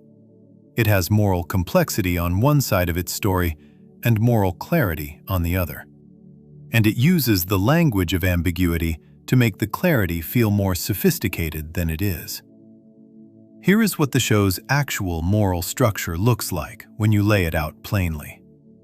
Every member of Vought and the Seven who does terrible things is doing those terrible things because they are, at their core, corrupted by power, selfishness, or ideology. Homelander hurts people because he wants to. The Deep coerces Starlight in Season 1 because he can. Stormfront is a Nazi because she is a Nazi. A-Train runs through Robin because he is addicted to a performance drug and cares more about winning a race than about the lives of people in his path. The show presents these characters as products of a system, yes, but it also presents them as genuinely bad people inside that system. People who make choices that reveal something rotten at their center. Every member of the Boys who does terrible things is doing those terrible things because of what was done to them first. Butcher was built by Homelander's assault on Becca. Mother's Milk was built by what Soldier Boy did to his family. Frenchie carries the weight of a violent past he is shown actively trying to leave behind. Kimiko was taken as a child and turned into a weapon by people who had no right to do that to her. Huey entered this world because A-Train killed the woman he loved in front of him. These are not equivalent moral structures. The show tells you they are equivalent. The tagline of the show's identity is essentially that everyone is dirty. But what it actually builds is a world where the villains are bad because of who they are, and the heroes are bad because of what happened to them. That distinction is doing enormous work on the audience's sympathies, and the show knows it, and it uses it constantly, and it never once admits it is doing it.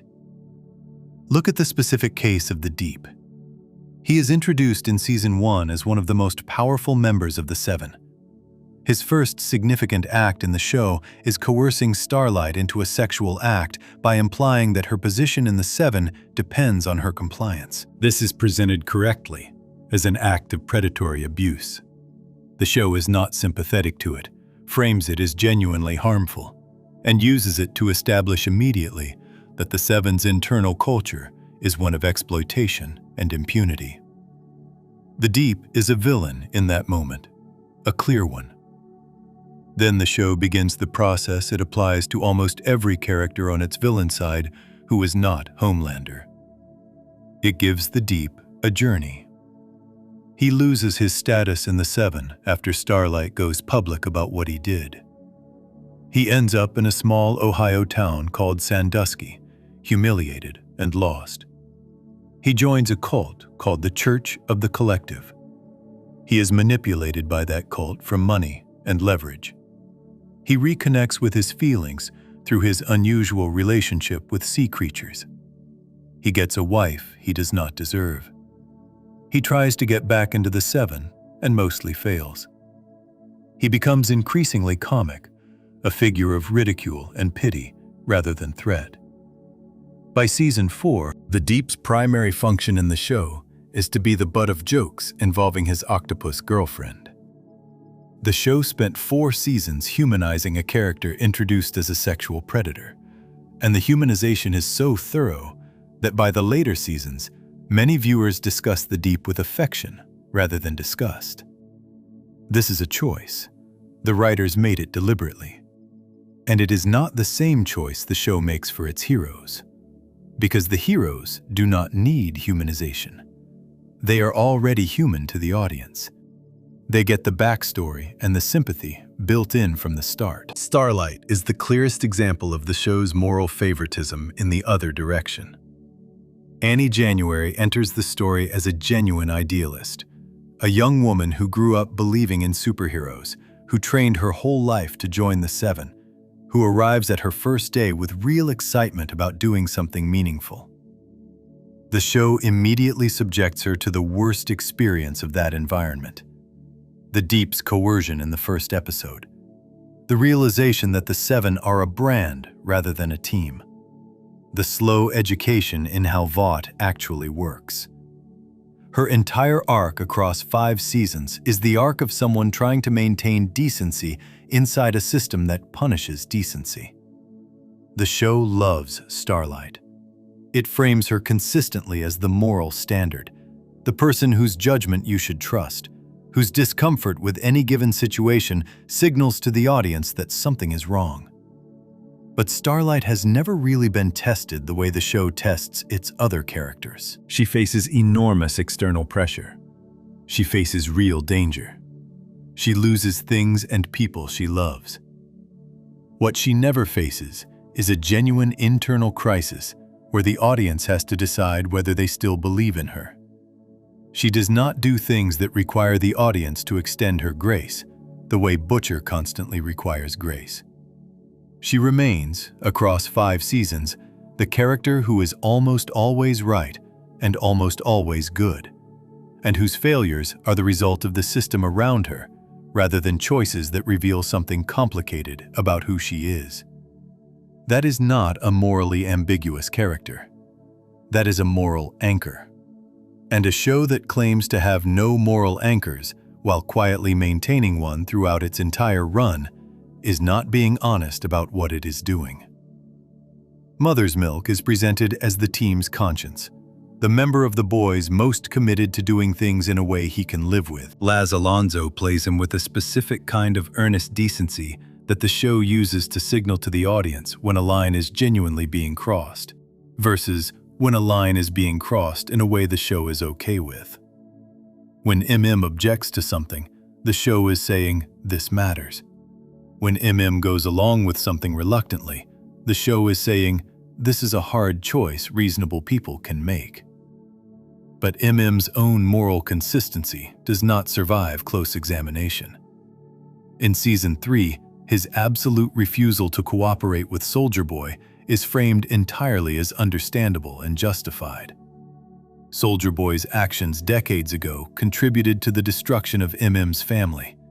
His grandfather's health was destroyed, which reshaped everything that followed. M's hatred is personal and deep, and the show treats it as his right. In Season 4, pushes actively to recruit A-Train as an asset for the boys. He argues that A-Train has shown genuine signs of wanting to be different. He presents this position in direct conversation with Huey, whose girlfriend A-Train ran through and killed in the first episode of Season 1. Not indirectly, not as part of a chain of events. A-Train directly and personally killed the woman Huey loved, while on a drug he was not supposed to be taking, for reasons that had nothing to do with heroism. M's willingness to use A-Train while refusing to use Soldier Boy is a double standard the show neither addresses nor resolves. When Huey objects, reasonably, clearly from a position of personal experience, overrides the objection and continues pursuing A-Train as an asset. The show does not call this out. Does not answer for it. The narrative moves on as if the inconsistency did not happen, because acknowledging it would require the show to do something it consistently avoids: apply its own moral framework to the people it has decided are the good guys. Frenchie and Kimiko occupy a different space in the show's moral structure. Their relationship is the beating emotional heart of the series, the place where the show is most consistent about producing genuine feeling. But this consistency comes at a cost. The show protects them from serious moral scrutiny by keeping them slightly separate from the most compromising decisions the boys make as a group. Frenchie has a violent past the show references, but does not dwell on in ways that would require the audience to fully reckon with it. Kimiko's capacity for violence is consistently framed as something done to her rather than something she chose, which is partly true to her backstory, but also conveniently keeps her sympathetic across moments that would otherwise be difficult to watch. Huey is perhaps the show's most honest attempt at a character who is genuinely compromised. His arc in Season 3, where he takes Compound 5 temporarily and becomes addicted to the feeling of power, and where his need to feel strong damages his relationship with Starlight in ways the show acknowledges as his fault, is the closest The Boys gets to applying its own moral framework to one of its heroes. The show is not gentle with Huey in Season 3. It lets him be wrong in ways that are uncomfortable, lets him make choices driven by ego and insecurity, and does not let him off the hook simply because his feelings are understandable. But even this arc is resolved relatively neatly. Huey recognizes what he did wrong. He and Starlight work through it. The show gives him a path back to being the person the audience was rooting for. He does not carry that failure into subsequent seasons in a way that permanently shapes how the audience understands him. This is the pattern. The Boys extends its heroes the grace of growth. It extends its villains the courtesy of explanation. And it frames the combination of these two things as moral complexity, when what it actually is moral favoritism with extra steps. A show genuinely committed to the idea that everyone is dirty would have to let its heroes stay dirty. It would have to let Butcher be accountable. It would have to let MM answer for his double standards. It would have to let Starlight fail in a way that is her own fault rather than the system's. It would have to give the audience less comfort than it consistently provides. The Boys is very good at making you feel like you are watching something uncomfortable. It is considerably less willing to actually make you uncomfortable about the people you came to love. And that gap between the discomfort it promises and the safety it delivers is where the show's claim to genuine moral complexity finally runs out. __quote _6___. What comes next is not about individual characters failing the show's own standard. It is about the show as an institution failing the standard it set for itself, and the specific way that failure mirrors the exact thing the show has spent 5 seasons telling you to be afraid of. Section 8. The Watchmen Gap. What genuine superhero deconstruction actually looks like. In 1986, a comic book writer named Alan Moore sat down to write what he intended to be the last word on superheroes. Not the last superhero story. The argument against the idea of superheroes itself. The comic was called Watchmen. It was set in an alternate version of America, where costumed vigilantes had been real since the 1940s, and it followed a small group of retired heroes being pulled back into one final conspiracy. On the surface, it looked like a superhero mystery. Underneath, it was a sustained and serious examination of why the idea of a superhero is not just unrealistic, but actively dangerous. What kind of person actually puts on a mask and decides they have the right to enforce their own version of justice on the world? And what that decision reveals about them. Moore's comic did not become a touchstone of serious literature by accident. It earned that status because of one specific quality that separates it from almost everything that came before it, and most of what has come after. It trusted its audience to sit with conclusions the story did not spell out for them. Watchmen's central character is a man called Rorschach. He is a vigilante who operates in the dark, who has a code he has never broken, who sees the world in absolute terms. There is right and there is wrong, and there is nothing in between. He is also, the comic makes clear through careful accumulation of evidence, mentally damaged, socially incapable, and operating from a framework of violence that he calls justice and that the story calls something else. He tortures people for information. He kills. He is driven by a childhood so painful that the adult he became is essentially a scar that learned to walk. Here is the important part. Watchmen never tells you Rorschach is wrong. It shows you his worldview in full, follows his logic wherever it leads, and lets you feel the pull of it. The appeal of someone who refuses to compromise, who stands by his principles no matter what it costs him, who sees through the comfortable lies that everyone else has agreed to live inside. Rorschach is the most compelling character in Watchmen, not despite his darkness, but because of how completely the comic inhabits his perspective without endorsing it. You understand him. You might even admire him. And then you watch what he actually does, and what his certainty actually produces, and the discomfort of holding both things at once, the admiration and the horror, is the point. Moore does not resolve that discomfort for you. He leaves you in it. The comic's other major character, Ozymandias, commits what is arguably the largest act of mass murder in the history of superhero fiction. He kills millions of people in a single moment, and he does it as a calculated decision to prevent a nuclear war that he believes will kill billions. The math works out. The comic does not tell you the math works out. It shows you the math and leaves the question of whether the math justifies the act entirely to the reader. Ozymandias is not presented as a monster. He is presented as someone who followed a particular kind of logic all the way to its end, and the story asks whether the end justifies the path. Watchmen implicates its audience. It does not let you off the hook.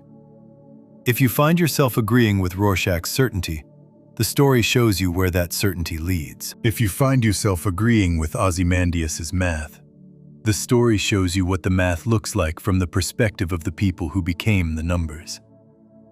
The comic is not comfortable to read correctly.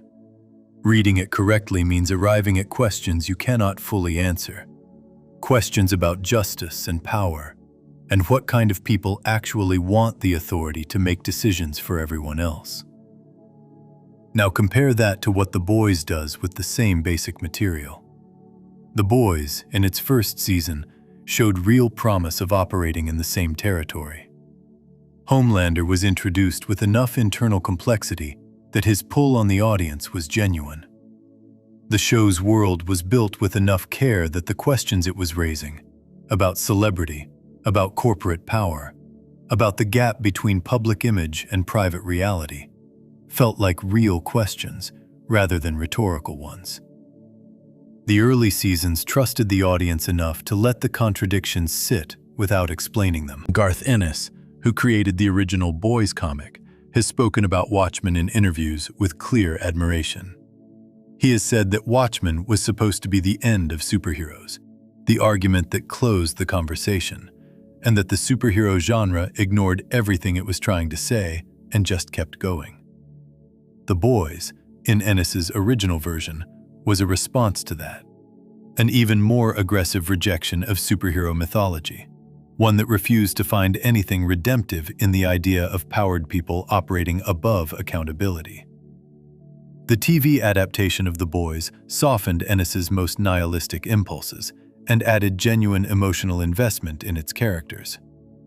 That is a legitimate creative choice, and it produced something more watchable than a direct adaptation of the comic would have been. But it also created a problem the original comic did not have. The TV show needed its audience to care about the outcome. And caring about the outcome requires a moral framework.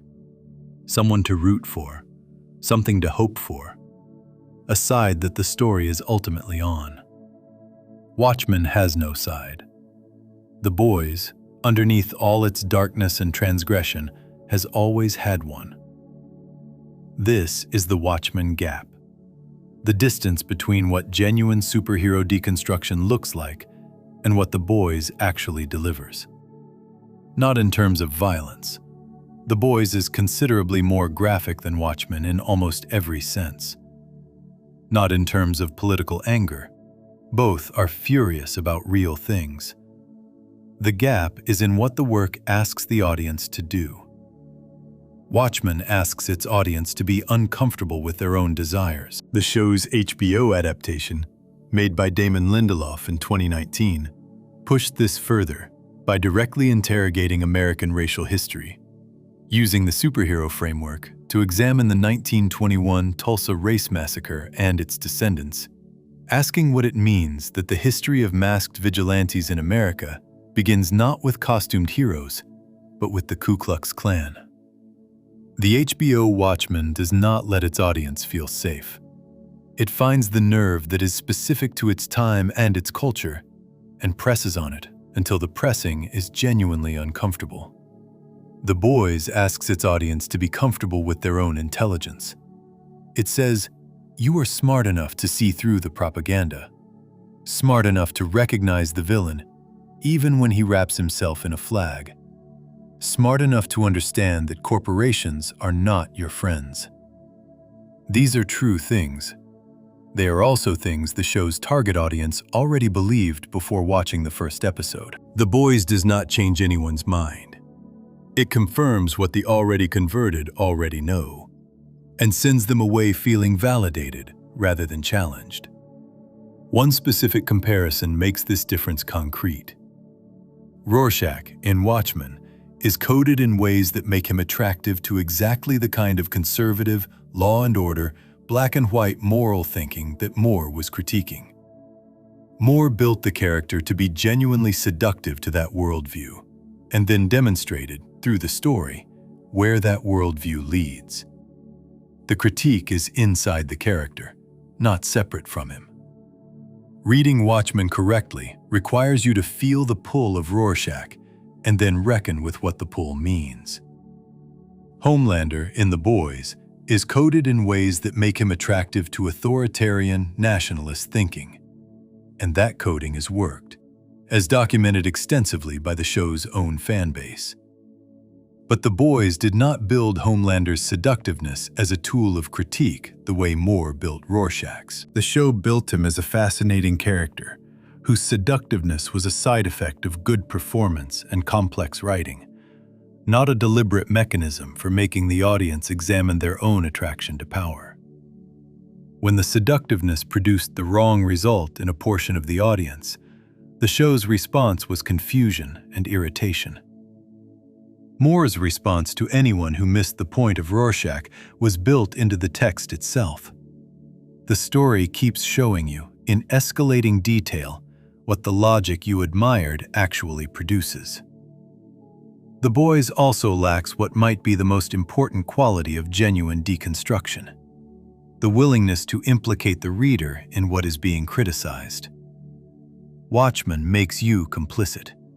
By the end, you have been inside the heads of people who have done terrible things for reasons that made a certain kind of sense, and the story has not let you maintain a clean distance from any of it. You cannot finish Watchmen feeling good about yourself. You can finish it feeling shaken and thoughtful and uncertain, which is what serious art about serious things tends to produce. You can finish The Boys feeling entertained, which it absolutely earns. You can feel righteously angry, which it also earns. What you very rarely feel after watching The Boys is uncertain. The show has almost always already told you what to think. The villains are clearly villains. The political targets are clearly targets. The heroes, as established in the previous section, are protected from the full weight of the story's moral logic by the sympathy the show has carefully built around them. There is one moment in the full run of The Boys that operates the way Watchmen operates throughout its entire length. It is the scene in Season 3 where Homelander stands at a rally, openly murders someone in front of the crowd, and discovers that the crowd loves him more for it rather than less. That moment is genuinely frightening in the way Watchmen is frightening. It is not pointing at evil and labeling it.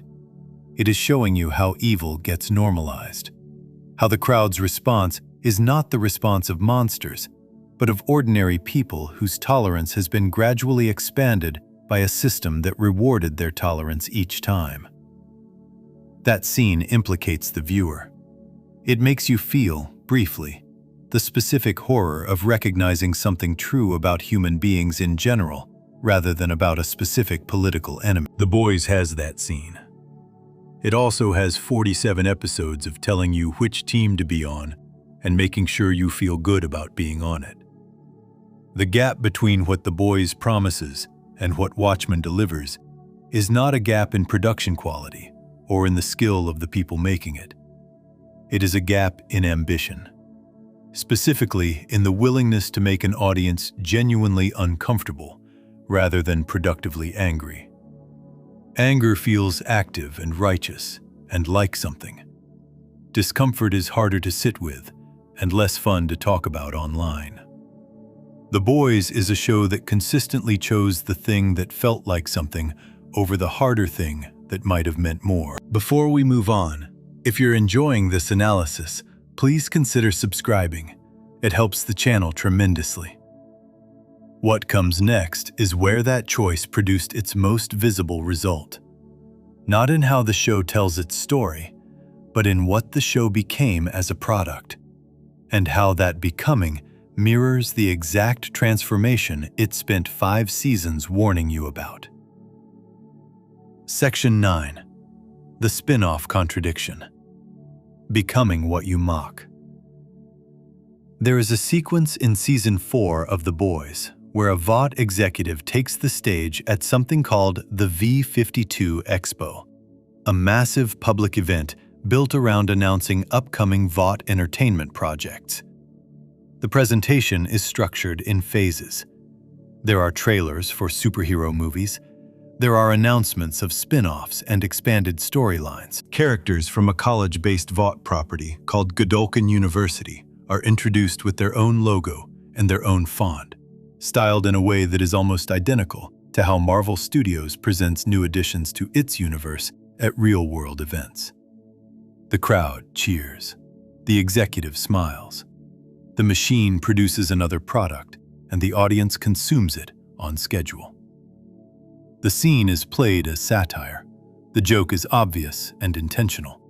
Vought's endless franchise expansion mirrors the Marvel Cinematic Universe's endless phase announcements, and the show wants you to recognize that and feel smart for recognizing it. The specific font used to introduce the Godolphin characters was directly borrowed from the Guardians of the Galaxy branding. The language of phases, of expanded universes, of cinematic continuity built across multiple properties. All of it maps precisely onto what Marvel and Disney do in reality. And the show presents that mapping as a critique of a corporate entertainment system that never stops manufacturing content and calls the manufacturing heroism. It is one of the sharpest satirical sequences in the show's later seasons. It is also, and this is the part that requires sitting with, a sequence that aired inside a show that had, by that point, already launched its own spin-off, its own animated anthology, its own expanded universe, its own phase announcements, and its own plans for multiple additional properties, all under the banner of the same Vought brand that the sequence is mocking. Here is the documented factual record of what The Boys has become as a franchise. The original show premiered on Amazon Prime Video in July 2019. In 2022, Amazon launched The Boys Presents Diabolical, an animated anthology series set in the same universe, consisting of 8 short episodes that explored different corners of the world the show had built. Later in 2022, production began on Gen V, a live-action spin-off set at Godolphin University, the college for young superheroes that the main show had referenced. Gen V premiered in 2023 and ran for 1 season before its 2nd season was put on hold following the death of core cast member Chance Perdomo, which was a genuine tragedy that affected the production profoundly. Beyond Gen V, Amazon has announced and begun production on Vought Rising, a prequel series set in the 1950s that will follow a younger version of the Vought Corporation and continue the franchise after the main show ends. A further series set in Mexico, titled The Boys, Mexico, has also been announced and is in development. That is one animated series, one live-action spin-off, one prequel series, and one international expansion. Built from a show whose central satirical target is a corporation that builds animated series, live-action spin-offs, prequel content, and international expansions of its superhero brand.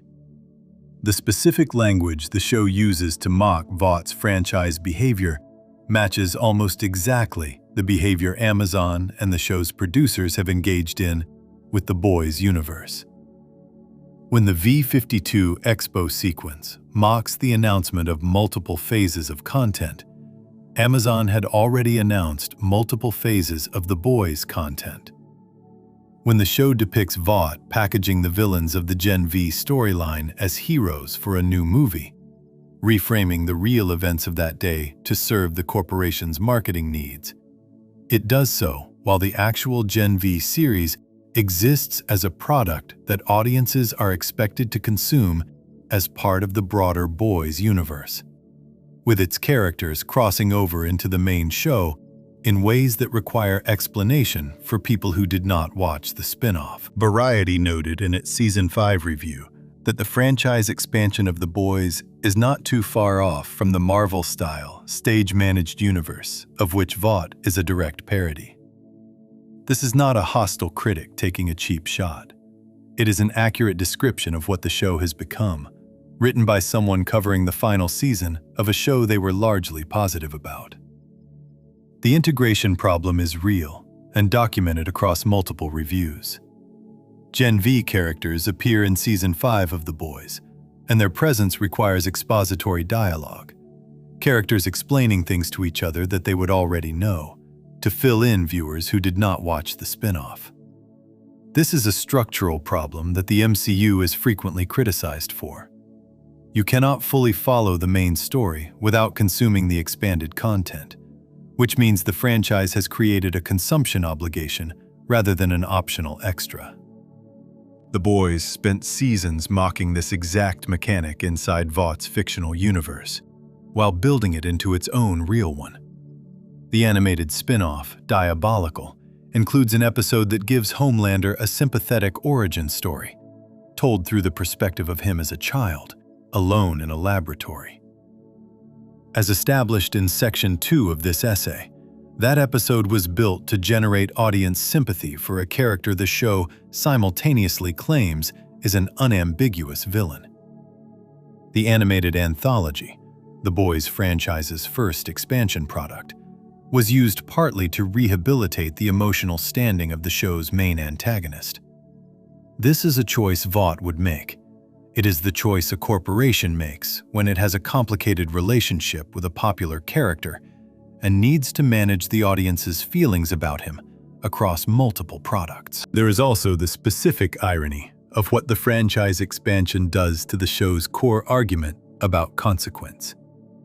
The Boys, across 5 seasons, has built toward a conclusion between Butcher and Homelander that the show frames as the inevitable end of the story it has been telling. The announcement of Vought Rising, the prequel that will continue the franchise after the main show concludes, means that the world the show built does not actually end when the story ends. It continues as a product line. Homelander's story ends, but Vought International as a brand does not. Vought Rising will explore the corporation's earlier history, which means Amazon is literally extending the life of the fictional corporation the show spent 5 seasons arguing needed to be destroyed. The show's creators are not unaware of this irony. Eric Kripke has spoken in interviews about the importance of ending the main show at 5 seasons, about his commitment to finishing the story he started, rather than letting it continue indefinitely, the way his previous show, Supernatural, did. He had a specific ending in mind, and he fought to reach it, rather than keep the show running past its natural conclusion. That commitment is real and worth acknowledging. Crypty ended the main story when it needed to end. But Crypty ending the main story and Amazon ending the franchise are two completely different things. And the franchise is not ending. It is expanding. Vought Rising is in production. The Boys Mexico is announced. Gen V may return. The animated universe could produce more content. The intellectual property that The Boys created, its world, its characters, its visual identity, its brand, is being managed by Amazon exactly the way Vought manages its intellectual property inside the show. As a long-term asset, as a platform for multiple revenue streams across multiple products aimed at multiple audiences. As something too valuable to let conclude just because the story it was built around is finished. The V-52 Expo sequence mocks this behavior by depicting it as transparently corporate and hollow. The crowd at the expo cheers not because they love the art, but because the machine has produced another product, and they have been trained to respond to the machine's products with enthusiasm. The sequence is asking the audience to feel superior to that crowd, to recognize the mechanism, to see through the packaging, to understand that what is being sold to them is not heroism, but brand management. The audience watching that sequence on Amazon Prime Video had subscribed to Amazon Prime to watch it. Their subscription fee contributed to the revenue that funded the next expansion of The Boys universe. The machine produced the content. They consumed it. They found the mockery of the machine very entertaining. The machine made a note of their viewing hours and used the data to justify announcing Vought Rising. There is a version of this contradiction that the show could have engaged with honestly. It would have required the writers to turn the camera on themselves, to acknowledge somewhere in the text that the show making this critique is also building the thing it is critiquing, that the audience being invited to feel smart for seeing through Vought's franchise behavior is also the audience funding The Boys franchise behavior through their subscriptions. That acknowledgement would have been genuinely brave. It would have been the kind of self-implication that Watchmen builds into its structure. The Boys chose instead to make the V-52 Expo joke and move on.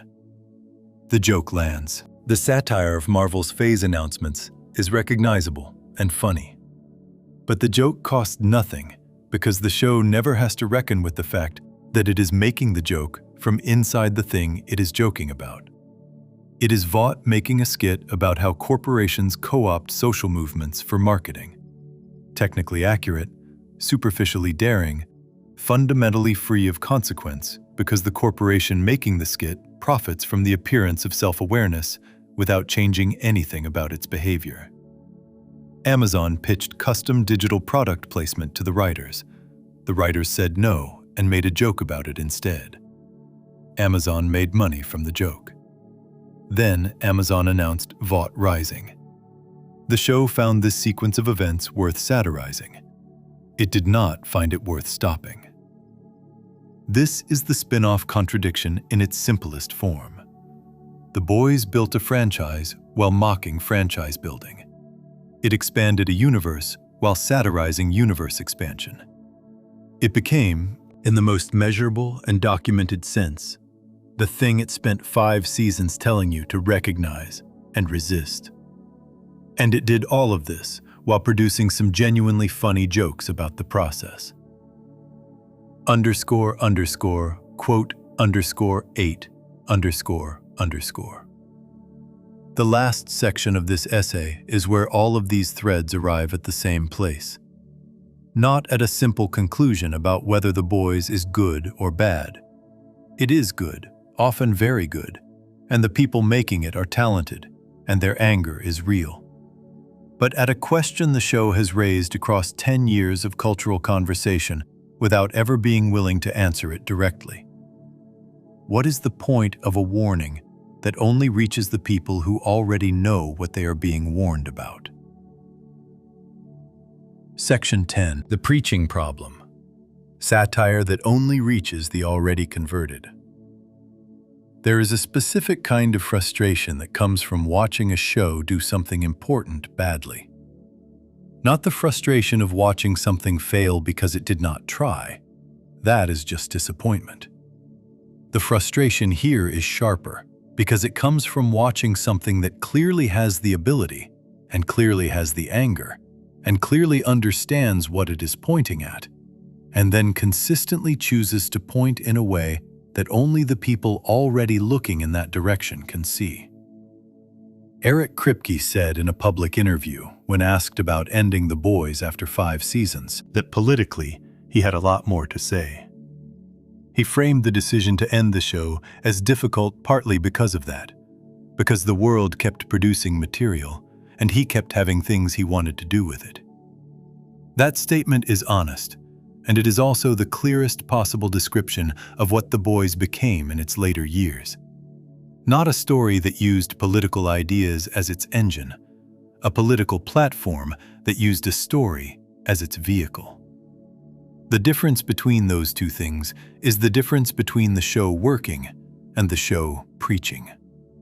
And preaching, by its nature, is only heard by people who already attend the church. Start with the documented evidence of who the show has actually reached and what it has actually done to them. The Boys premiered in 2019 to an audience that was broad and politically mixed. Early reviews came from across the political spectrum. The show's initial audience included people who leaned conservative, people who leaned liberal, people who did not think much about politics at all, and just wanted to watch something that felt different from the standard superhero fare. The first 2 seasons generated conversation across that full range. People who disagreed about almost everything else agreed that the show was doing something worth watching. By season 3, that broad audience had begun to fracture. The subreddit dedicated to the show, r/theboys, the main gathering place for the show's fanbase online, had to be temporarily locked down by its moderators after the season 3 premiere because the internal conflict between different segments of the audience had become unmanageable. Right-wing fans who had spent 2 seasons treating Homelander as an admirable figure discovered more clearly that the show considered him the villain, and instead of reconsidering their reading of the character, they left the conversation in anger. They did not update their views. They decided the show had betrayed them. This is the first and most important piece of evidence that the show's satire was not working in the way satire is supposed to work. When the people most needing to hear a message respond to the message by leaving the room, the message has not landed. It has simply confirmed the division that already existed. The right-wing fans who felt betrayed by season 3 did not go home and think differently about authoritarian politics. They went home having confirmed their belief that The Boys was liberal propaganda, which was a belief they could comfortably hold without having to engage with any of the actual arguments the show was making. Kripke's response to this documented failure is revealing. In interviews, he has said that he cannot control what people do with the show. He has pointed to Homelander's crimes, the plane, Becca, the public murders, and said that if someone watches all of that and still thinks Homelander is a hero, he does not know what to say to them. He suggested they should take a hard look in the mirror. That response places the responsibility entirely on the audience. If the satire failed to reach someone, that person failed to receive it correctly. The show did its job. The audience did not do theirs. This is not how effective communication works. When a message consistently fails to reach a specific audience, the question worth asking is not why that audience is too stupid or too committed to their existing beliefs to receive the message. The question worth asking is whether the message was designed in a way that could reach them. Telling someone they need to take a hard look in the mirror is not satire. It is condescension. And condescension, reliably and historically, does not change minds. It hardens them. The Boys, in its later seasons, did not just fail to reach the audience it most needed to reach. It actively made reaching that audience less possible with each passing season by narrowing its targets, increasing its political specificity, and removing the qualities that had initially drawn a broad viewership. Season 4's firecracker character, confirmed by Kripke as directly inspired by Marjorie Taylor Greene, is a useful example. A viewer who is sympathetic to Marjorie Taylor Greene's politics, which is a real category of viewer that existed in The Boys' early audience, is not going to watch Firecracker and reconsider their sympathies. They are going to watch Firecracker and feel attacked. Feeling attacked does not produce reflection. It produces defensiveness. Defensive people do not update their beliefs. They defend them harder. A viewer who already opposes Marjorie Taylor Greene's politics is going to watch Firecracker and feel validated. Feeling validated is enjoyable. It is also not growth. It is not challenge. It is not the experience of encountering something that shifts how you see the world. It is the experience of seeing your existing worldview reflected back at you in an entertaining format. Both of those responses, the defensive anger of the target and the comfortable validation of the already converted, are completely predictable. They are the predictable results of a specific creative choice, which is to build a character whose entire function is to be recognizable as a mockery of a specific real person associated with a specific political movement. The Boys made that choice knowingly. Kripke said out loud that Firecracker came from conversations about how scary Marjorie Taylor Greene is. The character was built from a political reaction, not from a story need. Compare that to how the show built Stormfront in Season 2. Stormfront was not introduced as a direct parody of a specific named real person. She was introduced as a new member of the Seven who seemed, at first, to be different. Someone who spoke directly, who pushed back against Vought's corporate management of her image, who connected with audiences in ways that felt authentic rather than packaged. The show let that apparent authenticity breathe for several episodes before beginning the process of revealing what was underneath it. By the time the full revelation came, that Stormfront was a literal Nazi, that her authenticity was a performance, that her anti-establishment appeal was the oldest political trick in the record, the show had done the work of making you understand how someone could be taken in. It had traced the mechanism, not just named the target. Stormfront could reach a viewer who did not already know what they were supposed to think about her. The show allowed for the possibility of being surprised, of having your initial reading overturned, of learning something through the process of watching. Firecracker offers none of that. She arrives already labeled. There is nothing to discover. The joke is in the recognition, and recognition requires pre-existing knowledge of the target. And pre-existing knowledge of the target means the joke only works for people who share the frame of reference the show is operating from. This is the core of the preaching problem. Preaching works within a community that shares the preacher's fundamental beliefs. It reinforces, confirms, and energizes. It does not convert.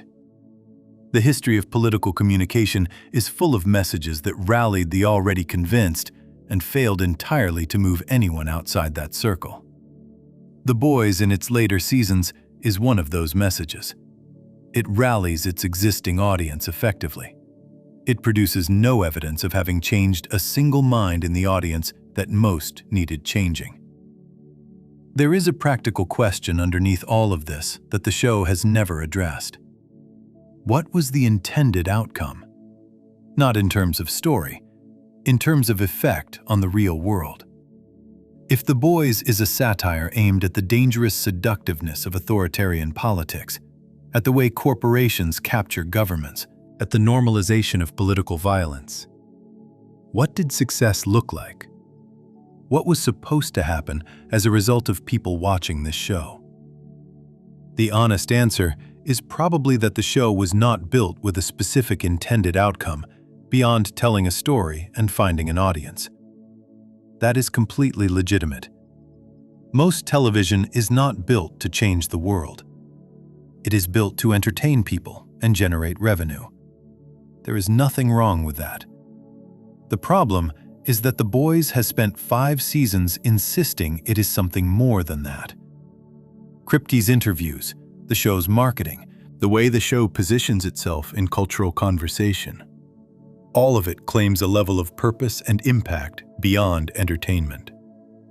The show presents itself as a warning, as something that matters, as something that is saying things that need to be said. But the evidence of what the show has actually produced does not support that self-presentation. The people who already agreed with its politics watched it and continued to agree with its politics. The people who disagreed with its politics watched it for 2 seasons and then left when the disagreement became impossible to ignore.